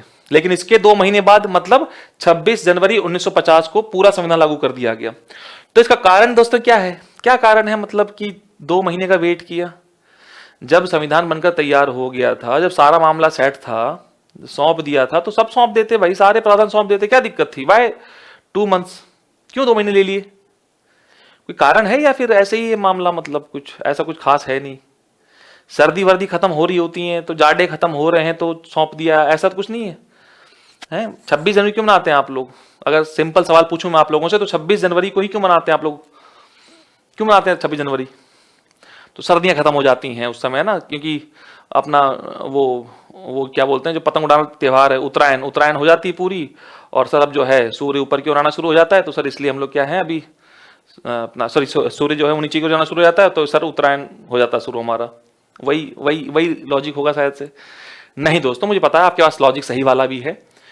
दोस्तों पहली बार हमने पूर्ण स्वराज दिवस मनाया था 26 जनवरी को, 26 जनवरी 1930, रावी नदी के किनारे लाहौर अधिवेशन में नेहरू की अध्यक्षता में जो हुआ था। उस समय दोस्तों पहली बार हमने क्या मनाया था, पूर्ण स्वराज दिवस। तो वो 26 जनवरी को ही चूंकि मनाया था हमने पूर्ण स्वराज दिवस पहली बार, उसी डेट को यादगार के तौर पर रखने के लिए, एक रिमेंबरिंग के तौर पर हमने क्या किया, हमने 2 महीने का वेट किया। वरना लागू करने को हम 26 नवंबर को भी लागू कर देते, कोई दिक्कत नहीं थी। लेकिन चूंकि हमने पहली बार पूर्ण स्वराज दिवस ही कब मनाया है, वो हमने मनाया था 26 जनवरी 1930 को, इसीलिए हमने उस डेट को यादगार के तौर पर रखने के लिए क्या किया, 2 महीने का वेट किया और इस दिन पूरा संविधान लागू कर दिया। इस संविधान में दोस्तों टोटल 395 आर्टिकल्स थे। कितने आर्टिकल्स थे, 395 आर्टिकल्स थे। अगर बात करें 22 भाग थे, 22 पार्ट्स थे, 8 अनुसूचियां थी, 8 शेड्यूल्स थी। आज तो 12 अनुसूचियां हैं ना, आज तो 12 अनुसूचियां हैं, तब 8 अनुसूचियां थी, फिर बाद में जुड़ी हैं, तो हम देखेंगे आगे चल के कोर्स में आपके। दोस्तों हमारे संविधान को बनने में कुल 2 साल 11 महीने 18 डेज का टाइम लगा है। कितना, 2 साल 11 महीने 18 दिन का समय लगा है। इसके अलावा दोस्तों अगर हम बात करें तो हमारे तो टोटल जो है वो 11 सेशंस हुए हैं, 11 सेशंस में अगर आखिरी वाले को मिला लें तो ये 12 सेशन हो जाएगा।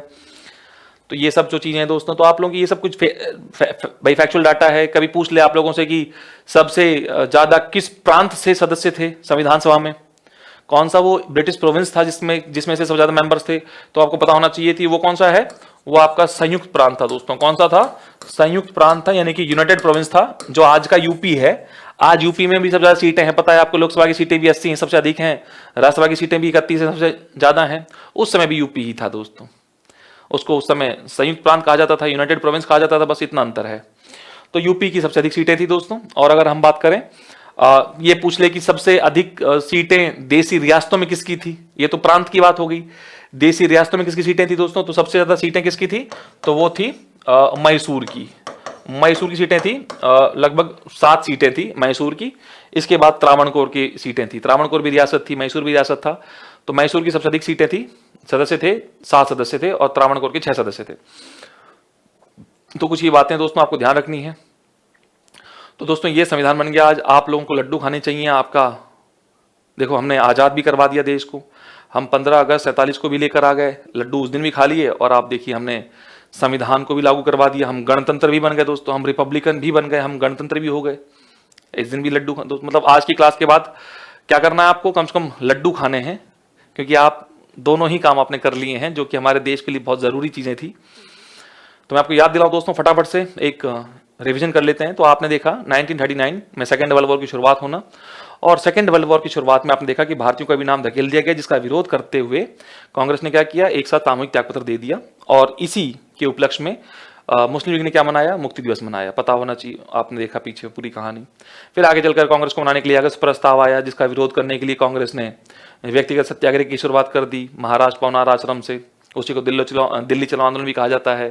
फिर आगे चलकर आपने देखा क्रिप्स मिशन आता है, जिसको गांधी जो है वो एक तरीके से संज्ञा देते हैं उत्तर तिथि चेक की, यानी कि पोस्ट डेटेड चेक की। और आगे चलकर आपने देखा 1942 में ही भारत छोड़ो आंदोलन की शुरुआत की जाती है, और जो सारा सिनेरियो हुआ, जो उसके पीछे जो सब सिनेरियो था वो सब आपने देखा। एक बात ध्यान रखिएगा, भारत छोड़ो आंदोलन को ही अगस्त क्रांति के नाम से भी जाना जाता है ना। तो अगस्त क्रांति आ जाए तो ऐसा डरना नहीं है, अगस्त क्रांति या भारत छोड़ो आंदोलन एक ही बात है। कई बार भारत छोड़ो आंदोलन यानी कि क्विट इंडिया मूवमेंट को अगस्त रेवोल्यूशन या फिर अगस्त क्रांति के नाम से भी जाना जाता है। फिर उसके बाद आपने देखा कि वेवल योजना आती है, वेवल योजना के तहत जो बातें की गई उसके आधार पर शिमला समझौता करवाया गया, वो विफल रहा। 1945 में चुनाव हुए इंग्लैंड में, वहां पर इटली जीत कर आता है। उसके बाद आपने देखा कि उसकी नीतियों के अनुरूप एक भारत में कैबिनेट मिशन आता है, एबी अलेक्जेंडर, पैथिक लॉरेंस और स्टैफर्ड क्रिप्स साहब। उसके 2 काम थे कैबिनेट मिशन के, एक था संविधान सभा का गठन करना और एक था अंतरिम सरकार का गठन करना। तो अंतरिम सरकार का गठन किया जाता है, 24 अगस्त 1946 को गठन की घोषणा होती है, 2 सितंबर 1946 को गठन किया जाता है संविधान सभा उसका अंतरिम सरकार का, जिसमें अध्यक्ष थे माउंटबेटन, उपाध्यक्ष थे नेहरू साहब। ये सब बातें आपने देखी। वहीं दूसरी ओर अगर हम बात करें दोस्तों, तो यहाँ पर आपने देखा के संविधान सभा के गठन की बात की गई और संविधान सभा के गठन में 389 सीटों को डिक्लेयर कर दिया गया, 389 सीटों को, और 389 सीट्स को फर्दर दो भागों में बांटा गया, 296 और 93। 296 सीटें दी गई ब्रिटिश प्रोविंसेस को यानी कि ब्रिटिश प्रांतों को, और 93 सीट दी गई देसी रियासतों यानी कि प्रिंसली स्टेट्स को। इन 296 सीटों का जो ब्रिटिश प्रोविंसेस को दी गई थी, इनका होना था चुनाव यानी कि इलेक्शन, और इनको फर्दर 3 भाग में बांट दिया गया। 200 एक तो आपका मुस्लिम, सिख और अदर्स में बांट दिया, और मुस्लिम और सिख को दिया गया सेपरेट इलेक्टोरल यानी कि पृथक निर्वाचन, और इनका चुनाव जो था वो इंडायरेक्ट होना था। वहीं पर हम बात करें देसी रियासतों की सीटों की, तो उनका मनोनयन से चुनाव, मतलब मनोनयन से भेजा जाना था उनको, नॉमिनेशन होना था उनका। तो दोस्तों इस तरीके से चुनाव करवाए गए इस फॉर्मेट पर आधारित, और आगे चलकर आपने देखा रिजल्ट की 16 अगस्त 1946 को रिजल्ट आ गया, और रिजल्ट में आपने देखा कि मुस्लिम लीग को मात्र 73 सीटें मिली, जिसका विरोध करते हुए उसने क्या किया, डायरेक्ट एक्शन डे की घोषणा कर दी, प्रत्यक्ष कार्रवाई दिवस की घोषणा कर दी, और पूरे देश में दंगे शुरू हो गए। वो चलते रहे 14 अगस्त 47 तक, जब तक कि पाकिस्तान का विभाजन नहीं हो गया भारत से। और दोस्तों अगले ही दिन मतलब 15 अगस्त 1947 को भारत को भी आज़ाद कर दिया गया, और इसी आधार पर आपने देखा कि 208 सीटें मिली चूंकि कांग्रेस को, तो कांग्रेस ने क्या किया, संविधान सभा का गठन कर दिया नवंबर 1946 को, और 9 दिसंबर 1946 को संविधान सभा की पहली बैठक हुई। इसमें सचिन सिन्हा साहब को बनाया गया संविधान सभा का अस्थायी अध्यक्ष। इसी के 2 दिन बाद मतलब 11 दिसंबर 1946 को संविधान सभा में डॉक्टर प्रसाद को बना दिया गया संविधान सभा का स्थायी अध्यक्ष। अब वो तब तक अध्यक्षता करेंगे जब तक कि संविधान सभा का काम पूरा नहीं हो जाता, और पूरा कब हो रहा है पता है आप लोगों को, 24 जनवरी को हो रहा है। इसके बाद आपने देखा एच.सी. मुखर्जी को उपाध्यक्ष बनाया गया। इसके बाद 2 दिन बाद मतलब 13 दिसंबर 1946 को जवाहरलाल नेहरू साहब लेकर आते हैं संविधान सभा में एक उद्देश्य प्रस्ताव यानी कि एक ऑब्जेक्टिव रेजोल्यूशन, जो आगे चलकर पास होता है कब, तो ये चल के पास होता है आपका 22 जनवरी 1947 को संविधान सभा द्वारा। और वही उद्देश्य प्रस्ताव आगे चलकर आपने देखा कि हमारी संविधान की प्रस्तावना का आधार बनता है, बेस ऑफ द प्रेम्बल बनता है। ये बात आपने देख ली। इसके बाद दोस्तों अगर हम देखें तो आपने देखा कि संविधान सभा की बैठक जो हुई उसमें 211 ही मेंबर आए थे पहली बैठक में, तो पटेल साहब का योगदान की आपने बात करी, और अंत में 284 लोगों ने साइन किया है हमारे संविधान पर, ये पता चला आप लोगों को। तो मतलब और लोगों को भी जोड़ा गया, देसी रियासत के जो सदस्य थे उनको भी जोड़ा गया संविधान सभा में। और इस प्रकार से विभिन्न समितियों के माध्यम से संविधान सभा ने काम किया, और एक समिति जो कि बहुत महत्वपूर्ण है जिसका नाम था ड्राफ्ट कमेटी, उसका गठन होता है आज़ादी के 14 दिन बाद मतलब 29 अगस्त 1947 को, और इसमें टोटल 7 मेंबर्स थे। इसके हेड थे डॉक्टर बी.आर. अम्बेडकर, बाकी 6 सदस्य मैंने आपको लिखवा दिए। इस समिति ने जो काम किया, कंपाइलेशन किया, संविधान का ड्राफ्ट तैयार किया और इसको जनता के सामने रख दिया 21 फरवरी 1948 को, रखा गया 8 महीने तक। सुझाव वगैरह मांगे गए, सुझाव वगैरह किए गए, उनको इंप्लीमेंट किया गया, और फाइनली फिर संविधान सभा को लौटा दिया गया। संविधान सभा ने क्या किया, इसके 3 वाचन किए, 3 रीडिंग करी। पहली रीडिंग जो हुई वो थी 4 नवंबर 1948 से 9 नवंबर 1948 के बीच में। जो दूसरा रीडिंग था दोस्तों वो हुआ आप लोगों का 15 नवंबर 1948 से 17 अक्टूबर 1949 के बीच, 1949 के बीच में। और जो थर्ड रीडिंग थी वो हुई आप लोगों की 14 नवंबर 1949 से 26 नवंबर 1949 के बीच में, 26 नवंबर 1949 के बीच में, और 26 नवंबर 1949 को ही संविधान देश को सौंप दिया गया। इसीलिए प्रियम्बल में दिया गया है 26 नवंबर 1949, 26 नवंबर 1949। क्लियर। इसके बाद दोस्तों अगर हम बात करें तो 26 नवंबर को केवल 4 ही प्रावधान लागू किए गए, नागरिकता है, निर्वाचन है, अंतरिम संसद है, और संविधान के अस्थायी प्रावधान है। पूरा संविधान लागू नहीं किया गया। उसके बाद 24 जनवरी 1950 आती है, और 24 जनवरी 1950 को 4 काम होते हैं। पहला, संविधान सभा की आखिरी बैठक होती है। फर्स्ट बैठक कब हुई थी, 9 दिसंबर 1946 को। आखिरी कब हो रही है, 24 जनवरी 1950 को। दूसरा काम, डॉक्टर प्रसाद को बना दिया भारत का पहला राष्ट्रपति। तीसरा काम, जनगण मन अडॉप्टेड एज नेशनल एंथम, यानी जनगण मन को राष्ट्रगान के तौर पर स्वीकार किया गया। और चौथा काम क्या हुआ, Vande Mataram adopted as national song, यानी कि वंदे मातरम को राष्ट्रगीत के तौर पर स्वीकार किया गया। और इसके 2 दिन बाद मतलब 26 जनवरी 1950 को संविधान पूरी तरीके से लागू कर दिया गया। इसका कारण था कि पहली बार पूर्ण स्वराज दिवस मनाया गया था 26 जनवरी 1930 को लाहौर अधिवेशन में। उसी बात को याद के तौर पर रखने के लिए हमने इस डेट का इंतजार किया, और जिन्होंने पूरा संविधान लागू कर दिया। इस संविधान में, इसको हम लोग मूल संविधान कहेंगे। आपकी अगली जो हर कक्षा होगी उसमें हम लोग इसको क्या कहेंगे दोस्तों, इसको हम लोग कहेंगे मूल संविधान या फिर बेसिक कॉन्स्टिट्यूशन, क्योंकि आगे जो संविधान है वो तो संशोधित है। आज जो संविधान हमारे पास है वो तो क्या है, अमेंडेड है, संशोधित संविधान है। मूल तो यही है। तो इसमें 395 आर्टिकल्स थे, 22 भाग थे, 8 शेड्यूल्स थी या फिर 8 अनुसूचियां थी। और अगर हम बात करें इसमें तो आप लोगों के 11 सेशंस के करीब इसमें हुए, और इसमें 2 साल 11 महीने 18 दिन का समय लगा इसको बनने में। मेंबर्स जो थे सबसे ज़्यादा मैसूर रियासत से थे। अगर हम प्रिंसली स्टेट की बात करें तो मैसूर थी, और अगर हम प्रोविंस की बात करें तो संयुक्त प्रांत था, यानी कि आपका यूनाइटेड प्रोविंस था, या जिसको आज आप लोग यूपी के रूप में देखते हैं। तो ये सब बातें दोस्तों आपने पूरी लेक्चर में देखी, और आपने उसका निष्कर्ष भी देख लिया 5-7 मिनट में। तो यही है दोस्तों आप लोगों का आज का सार, जो आपने देखा, पढ़ा, समझा। और इस पर आधारित प्रश्नों की अगर हम बात करें तो मैं एक प्रश्न आपको देकर जाता हूं और मैं उम्मीद भी करता हूं कि आप उस प्रश्न को लगाएंगे, सॉल्व करेंगे उस प्रश्न को, है ना, ताकि आप अगली कक्षाओं में और इंजॉय से पढ़ सकें। दोस्तों, जो प्रश्न मैं आपको लेक्चर के बीच में देता हूं, उस प्रश्न को जरूर अटेंड किया कीजिए, कमेंट बॉक्स में डाला कीजिए, वो आपके लिए होता है, ताकि आप एक तो पूरा लेक्चर देखें और लेक्चर के बाद में उस प्रश्न का उत्तर दे पाएं, क्योंकि वो प्रश्न का उत्तर लेक्चर से ही बना होगा और वो आपके एग्जाम में पूछा जाएगा, जो कि पूछा भी जाता है। दोस्तों, अगर मैं आपसे प्रश्न दूं, संविधान सभा से संबंधित निम्नलिखित कथनों पर विचार कीजिए।